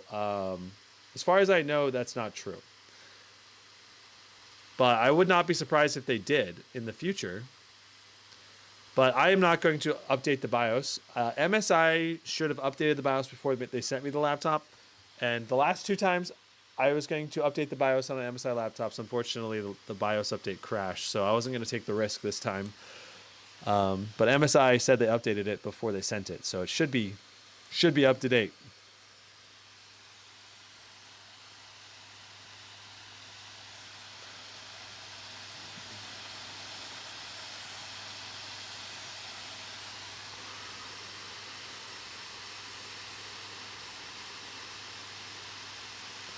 Okay, so Dying Light 2, highest quality settings with ray tracing enabled, frame generation enabled, 1080p or like full HD plus, which is 1920 by 1200, 175 FPS so far.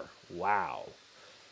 Again, high refresh rate, high quality gaming, maxing out the 144 hertz display of this laptop. I mean, again, like we've seen now in Last of Us, Dying Light 2, God of War was pretty close, but not quite. We saw ultra high frame rates, like 150 FPS with ray tracing on ultra in Cyberpunk 2077. So this is now like the 5th AAA game that is surpassing the 144 hertz display refresh rate of the laptop, which is a great place to be. I'm not gonna lie. Like you can basically, buying this laptop with a 1080p display, you're gonna be able to play almost all of the games, like every single game almost right now, the AAA titles, at close to the max refresh rate, which is a rare thing for a gaming laptop to be hitting. Generally speaking, most AAA games are way under the refresh rate. If you're buying a QHD gaming laptop, for example, and you buy a 240 hertz display, you're almost never going to hit 240 hertz QHD with even a 4080 or 4090 if you're playing ultra settings, right? So 181 FPS, 180 for our median. Our min was 147. Extremely smooth, high quality gameplay there for sure. Absolutely no problems playing Dying Light 2. So, next up, Shadow of the Tomb Raider.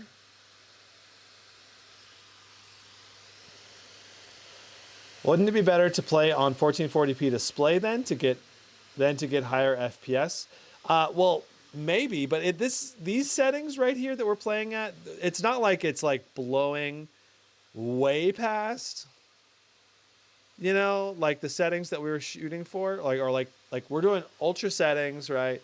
And we're getting like 150 in Cyberpunk 2077. That's only 6 more FPS than the refresh rate of the display. And our 1% lows are not quite also hitting, you know, our max possible.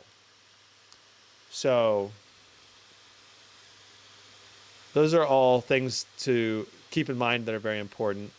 Because 1% lows going well below 144, you're getting generally the smoothness, but like not quite maxing it anyway. Anyway, but yeah, you're right in the sense that like you're not really seeing that extra FPS if you were getting 200 FPS, like 180 in Dying Light 2, 180 in Dying Light 2, and then that 180 is 36 more than your refresh rate.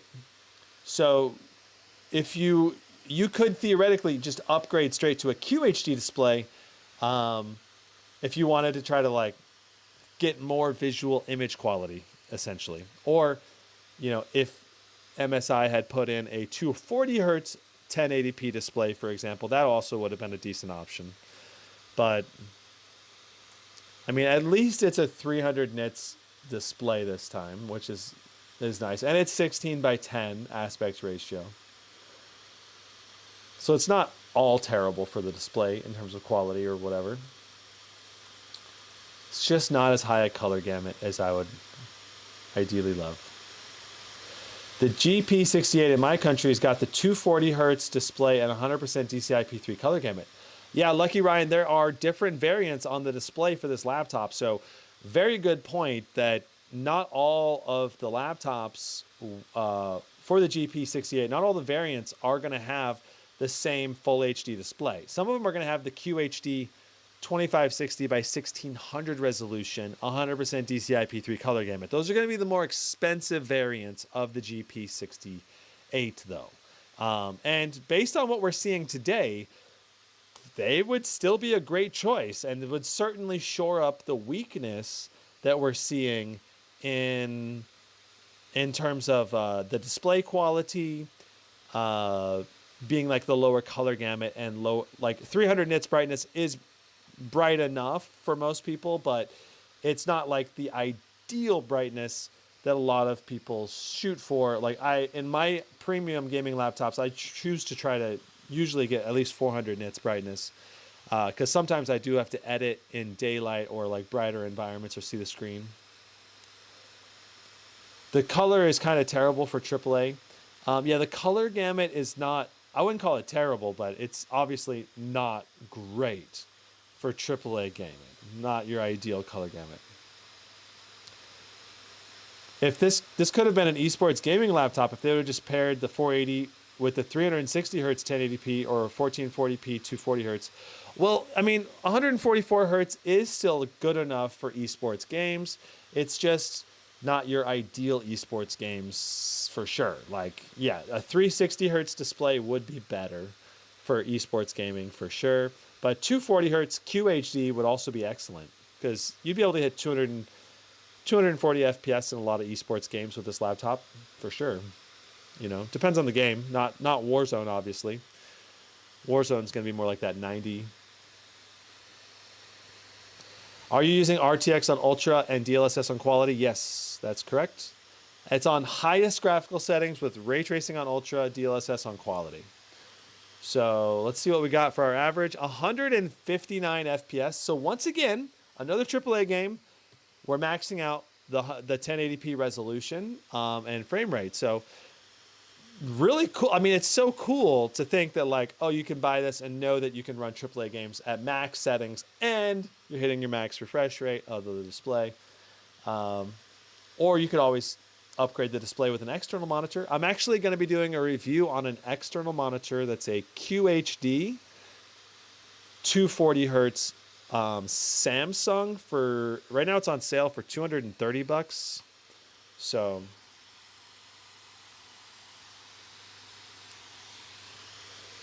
very, very good price for the Samsung monitor.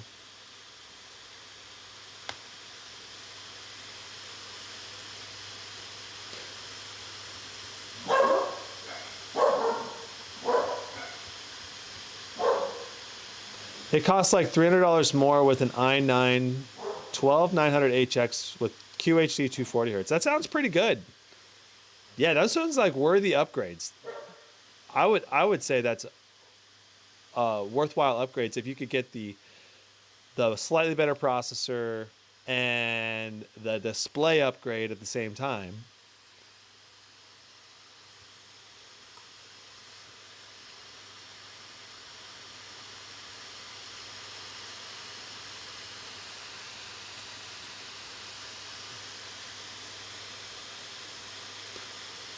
Interesting. Witcher 3 does not seem to be loading for us for some reason. We'll give it one more go.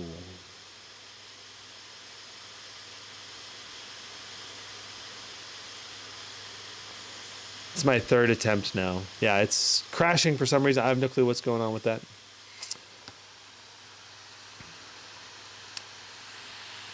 All right. So I can't do Elden Ring as a replacement. I don't know if Red Dead Redemption would be possible. We can try Red Dead. Actually, you know, we kind of just got to call it for right there, I think. Let's go ahead and get into our summary. It's after 8 o'clock. I don't want to start losing frames on the stream. Okay. Awesome. So, wow. So what did we find out about this laptop? Let's talk.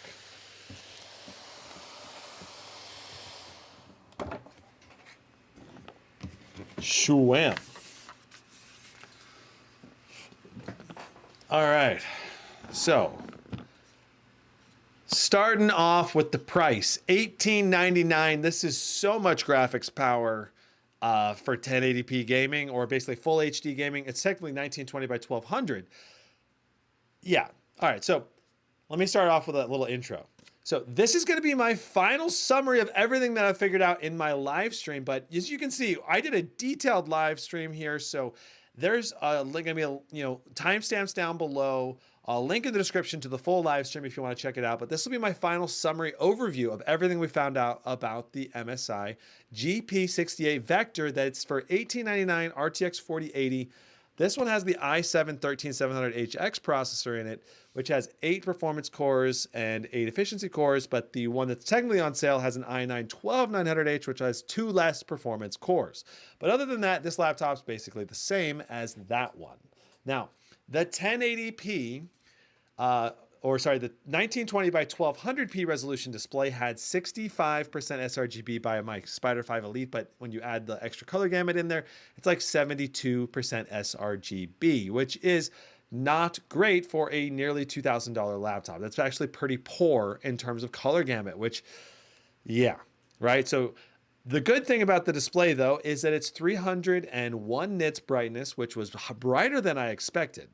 And it was over 1,000 contrast ratio, which is, again, pretty good. Now, when we took the laptop through its paces, the keyboard is really got a nice feel to it, got a nice layout, got a number pad function. The number pad's a bit scrunched. The backlight on this is pretty bright, and it's a per key RGB backlight with a lot of customizable different light options. And I like the keyboard. A lot of people, I think, are going to really like this keyboard overall. Taking the laptop apart was a little trickier because there's a lot of screws to it, and it wraps around, and there's a piece of plastic on the back that you have to take off and put back on. The upgradability there is good, though. You can replace both RAM sticks, and you have 2 M.2 SSD slots. It's a 90 watt-hour battery, and the speakers in this were pretty good as well. Very thumpy, loud bass. I give them about an 8.4 overall. I think the volume could be louder, and when there is bass and mids in there together, it kind of gets a little bit muddled all together to not be quite as good of sound quality. So that's why it's not higher. Otherwise, it would be higher because it's pretty dang good sound quality, in my opinion. The webcam on this was better than I expected for a 720p resolution webcam. Good detail, but it's only 720p, so it's not very good resolution on that webcam. It is an IR webcam, which allows you to do Windows Hello, and Windows Hello worked really well with this laptop. I really like that. Thumbs up. The touchpad is a glass touchpad. It feels really good to use. It's very large overall. It's got a nice click to it. Very little complaints about the touchpad. I think it's a very good touchpad. Most people will really like it. The fan noise on this on max fan was 58.5 decibels, which is a fairly loud max fan noise. extreme performance mode was 57 decibels, balance mode was around 47 decibels, and silent mode went all the way down almost to the ambient room noise of 44 decibels, which is very, very quiet. Ambient room noise in my room is usually around 43.5 decibels. So overall, this laptop, when you're in silent mode, still can put out pretty good gameplay as we tested in Last of Us. The power limits on the GPU in extreme performance mode is only 150 watts, which is a little bit lower than what you normally expect. But in actual games, we were seeing boost clocks to the GPU in the 2400, 2500 range pretty frequently, which is surprising. Because when you're only doing 150 watts, I would actually expect the GPU boost clock to only go up to like 2300, but when it's CPU bound, I guess it can go a little higher, you know, because it's not really maxing out the GPU utilization. So yeah, anyway. Overall, in terms of thermals, during our fan noise testing, extreme performance with fans on max fans, we had like 70-degree temps on the CPU and GPU. That's phenomenal. Really great thermals for such a high power limit system. The main downside is that you're not getting up to the 100. Hey, quiet. Zeus, quiet. The main downside about the, sorry, I'm gonna let the dog stop barking here. So the main downside with Zeus, quiet. I'm gonna close the door so it's less intrusive. Okay, there we go. All right.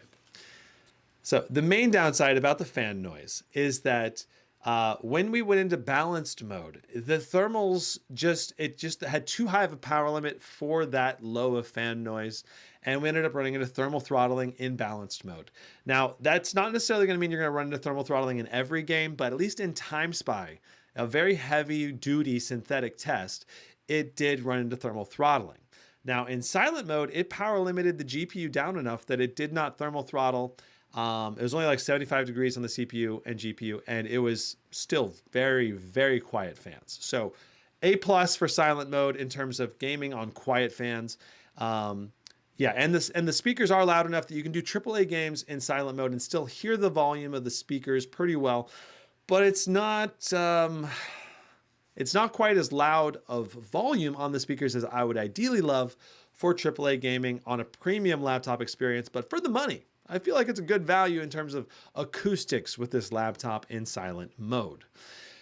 Apex Legends, we saw excellent gameplay, like 300 FPS. We managed to get second in a gun run game, and I felt like it had good control, but the display does have a little bit of ghosting on the unit. It's not a super fast response rate display. I can tell there's just a little bit of ghosting to the display, which is a little bit disappointing for an esports gaming perspective. Like I have used 144 hertz FPS displays often, and this one is just not as high quality for esports as other 144 hertz displays, but it's not so bad that you can't play esports games. It's still pretty dang good. It's just not your optimal 144 hertz esports gaming display.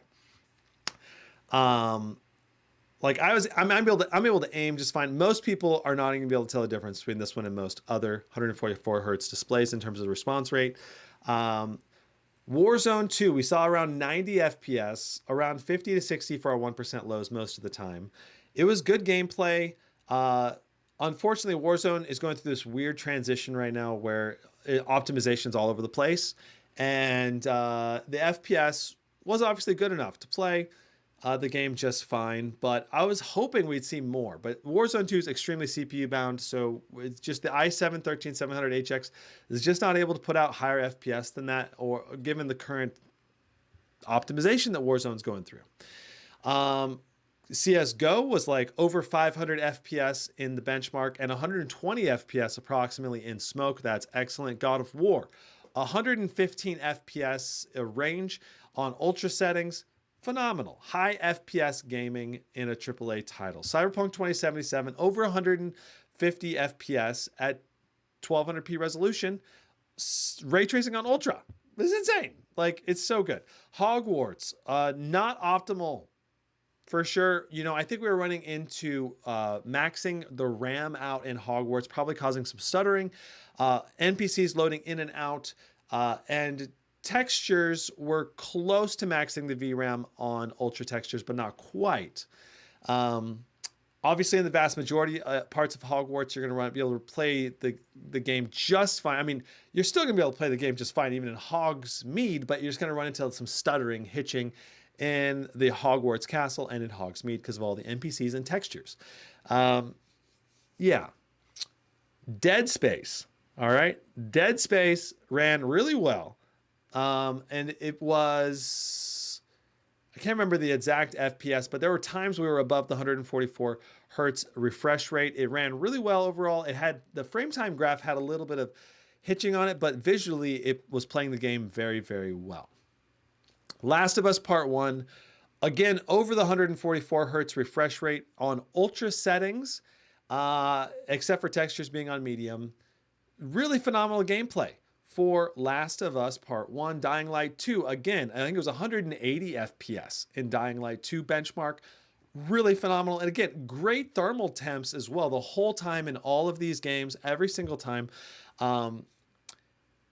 Shadow of the Tomb Raider was again over 144 FPS, so more than the screen's refresh rate. Witcher 3, we didn't get to test that, unfortunately. It was crashing on launch. Not sure what's going on there. Maybe a driver update needs to be done or something along those lines. Maybe just a system reboot might get things going. I don't know. And yeah, I think the last thing I didn't talk about was Cinebench R23.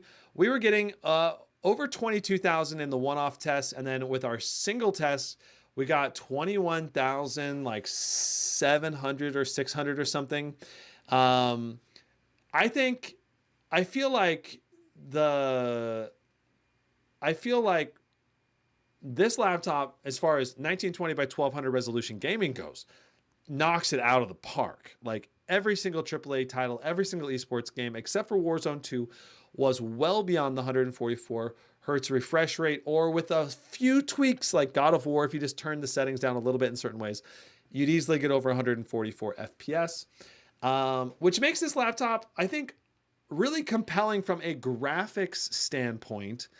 The bigger issue, of course, is the display's color gamut. And there are other versions of this GP68 Vector that are on sale that you can get with different CPUs and different displays, including a QHD 2560 by 1600p resolution. Now, depending on your region, what country you're in, what stores have different availabilities, there's going to be other, like I said, other display qualities. And I think this display is going to be suitable for someone that's not that picky for their display quality. But if you really want your colors to pop and have a higher resolution gaming, which the RTX 4080 can do QHD gaming just fine, then I think a QHD screen upgrade on this laptop would be super worth it if it's a few $100s more than this one. This one's currently at $1899, currently on sale right now. Link in the description if you want to check that out. Now, overall, like, there's very little to complain about this laptop. You got a Thunderbolt 4 support, full-size SD card slot, headset port here on the left side. You get two USB-A 3.2 Gen 2s and then a USB-C 3.1, I believe, both supporting power delivery and DisplayPort 1.4. And then on the back, you actually get another USB-C. So you get three total USB-C style ports, two USB-A, HDMI 2.1, and an Ethernet port. The power port is also here on the back. I mean, I think there's very little weaknesses to the MSI GP68 Vector. The biggest one is the display's color gamut. If you're getting the 1200p display on the laptop. So either know that going into that purchase or choose to instead to opt for the higher resolution QHD display variant. Or potentially a different laptop that has a QHD or a higher quality display if your display color gamut sensitive. Like, some people are going to play this and be like, oh, this is great. I don't even tell that, hey, this display is awesome. I don't know. Like, you could tell in the gameplay, like, it looks pretty good when you play games, especially in darker environments. But if you're someone like a college student that needs to take this sucker to class and you're going to be in bright environments, that's where an upgraded display with higher brightness and potentially higher color gamut can really make a difference for video editing, Photoshop, or like I said, using the laptop in brighter environments. If you're going to use it mainly indoors in darker environments, then the display will work just fine in that environment. It's just not going to be as colorful in that environment. Okay. Sorry, not going to run Red Dead 2 for now. How does this compare to the GE78? Okay, since the GP78 has almost the same design as the GE78. So the GE78, I have reviewed that as well. A very similar laptop, only 1-inch screen difference in size, 16-inch to 17 inches, both 16 by 10. Yeah, I feel like the GE78 mainly just has all the bells and whistles, but a big price increase. Because you get the upgraded processor, the upgraded screen, the upgraded RTX 4090 if you want. You don't have that on the GP68, unfortunately. And of course, you have upgraded RGB as well on the GE78 or the GE68. Lucky Ryan says, would you say temps are low because it's running at 1900 by 1200? That just depends on the game. Like God of War, for example, it had, we were hitting 100% GPU utilization in God of War. And, in several of the games, we were hitting close to 100% GPU utilization or 100% GPU utilization. And the temps were still good. In basically all of the games, we never saw over 80 degrees, not even close to 80 degrees in anything on the CPU or the GPU on max fans. So that's phenomenal. Like it's the laptop in max fan mode is tuned really, really well. The only fan profile that's questionably tuned, that maybe be a little too high power limit, is the balanced fan profile, where we saw thermal throttling in Time Spy loop benchmark test. But yeah, so at 1920 by 1200, the temps might be a little bit better than QHD though, because we were seeing some of the games as CPU bound games. Like some of the games became CPU bound, like Dead Space, probably Last of Us. And if you were playing those games at QHD resolutions, you would probably be GPU bound. So when you're GPU bound, you are going to push the GPU a little bit harder, and the temps are going to go up a little bit more. But probably not that much more, because in some of those games we were seeing like really low temps, like 60s. And so we would probably just see like low 70s in that scenario where we're becoming GPU bound and using the GPU more. So 1200p can also have higher temps. Praja says 1200p can also have higher temps due to higher CPU utilization in some games. That is true. Some games, if the CPU is not cooled very well, for example, the CPU can go into overheating mode and thermal throttle. We have seen that on the Legion Pro 5 and some of the other laptops this year, but we did not see any CPU thermal throttling at all in this laptop. We saw it power limit throttle primarily, which is good and bad. Like for example, the Scar 16 just lets the CPU run like crazy over 100 watts. We're not power limit throttling, it hits thermal throttling, which is different. It's a different issue. But the nice thing about that is that you can always lower the power limit if you want. Whereas the Vector, you can't raise the power limit higher for slightly more performance, but you're not running into thermal issues at all. And most users don't want to have to deal with thermal issues. They'd rather it just be power limited from the beginning, as long as you're not massively losing out on FPS. And in most of these games, you're not massively losing out on FPS. It's probably like a 5% loss at most in terms of FPS being capped by the power limit of the CPU being, going a little lower. Angry Llama says the Strix 164080 here in India costs $3,460, which is too expensive for a 4080 laptop. That is very expensive for a 4080 laptop, I agree. I'm not sure what the GP68 costs there, but yeah. So if I were to summarize, should you buy the MSI Vector GP68 in like a few sentences? The number one question is, are you okay with like around 70% sRGB color gamut on your display?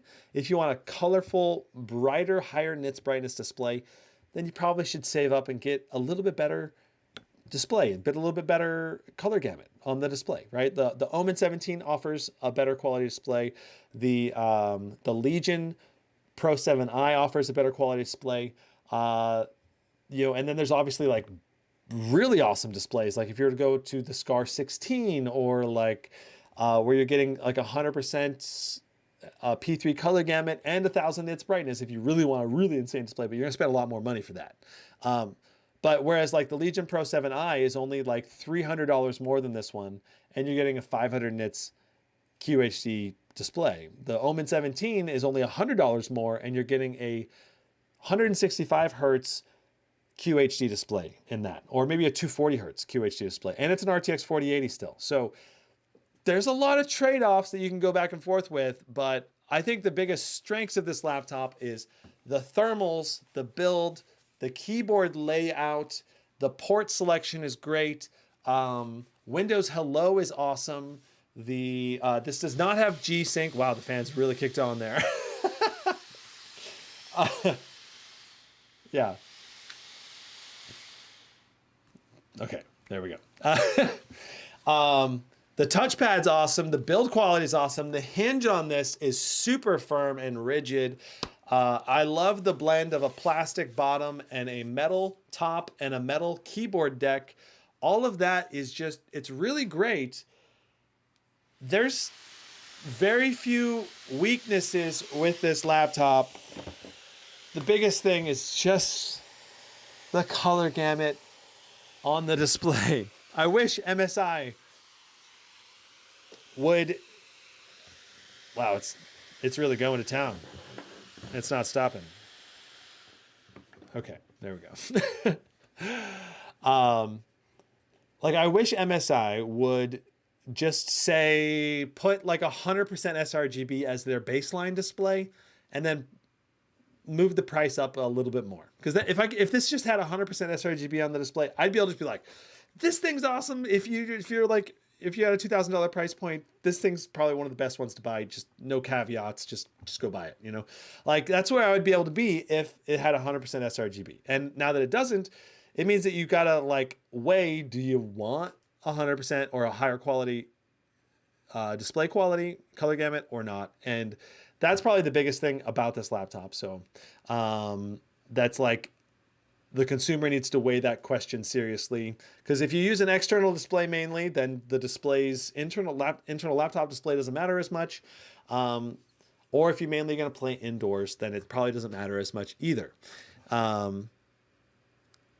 Obviously, like darker indoor environments I'm talking about, like versus brighter indoor environments. Like if there's a lot of outside daylight coming in, a lot of sun coming in your rooms, that's where this display is going to be a little harder to see. How much would you pay if it was changed to a 4K display?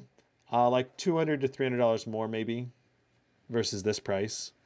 Project says, I left my Stealth 14 with the lid closed at the office. The fans went off hard while I was in the other room. Was a bit embarrassing. LOL.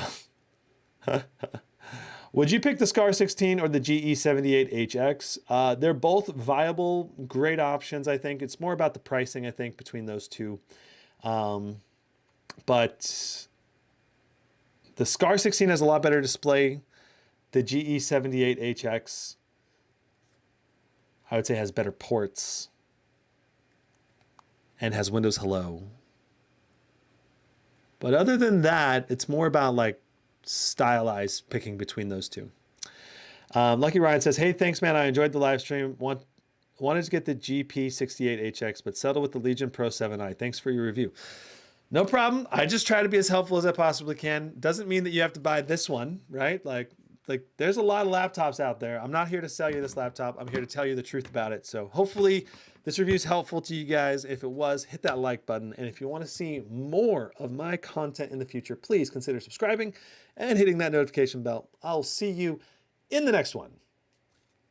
Brandon, ouch.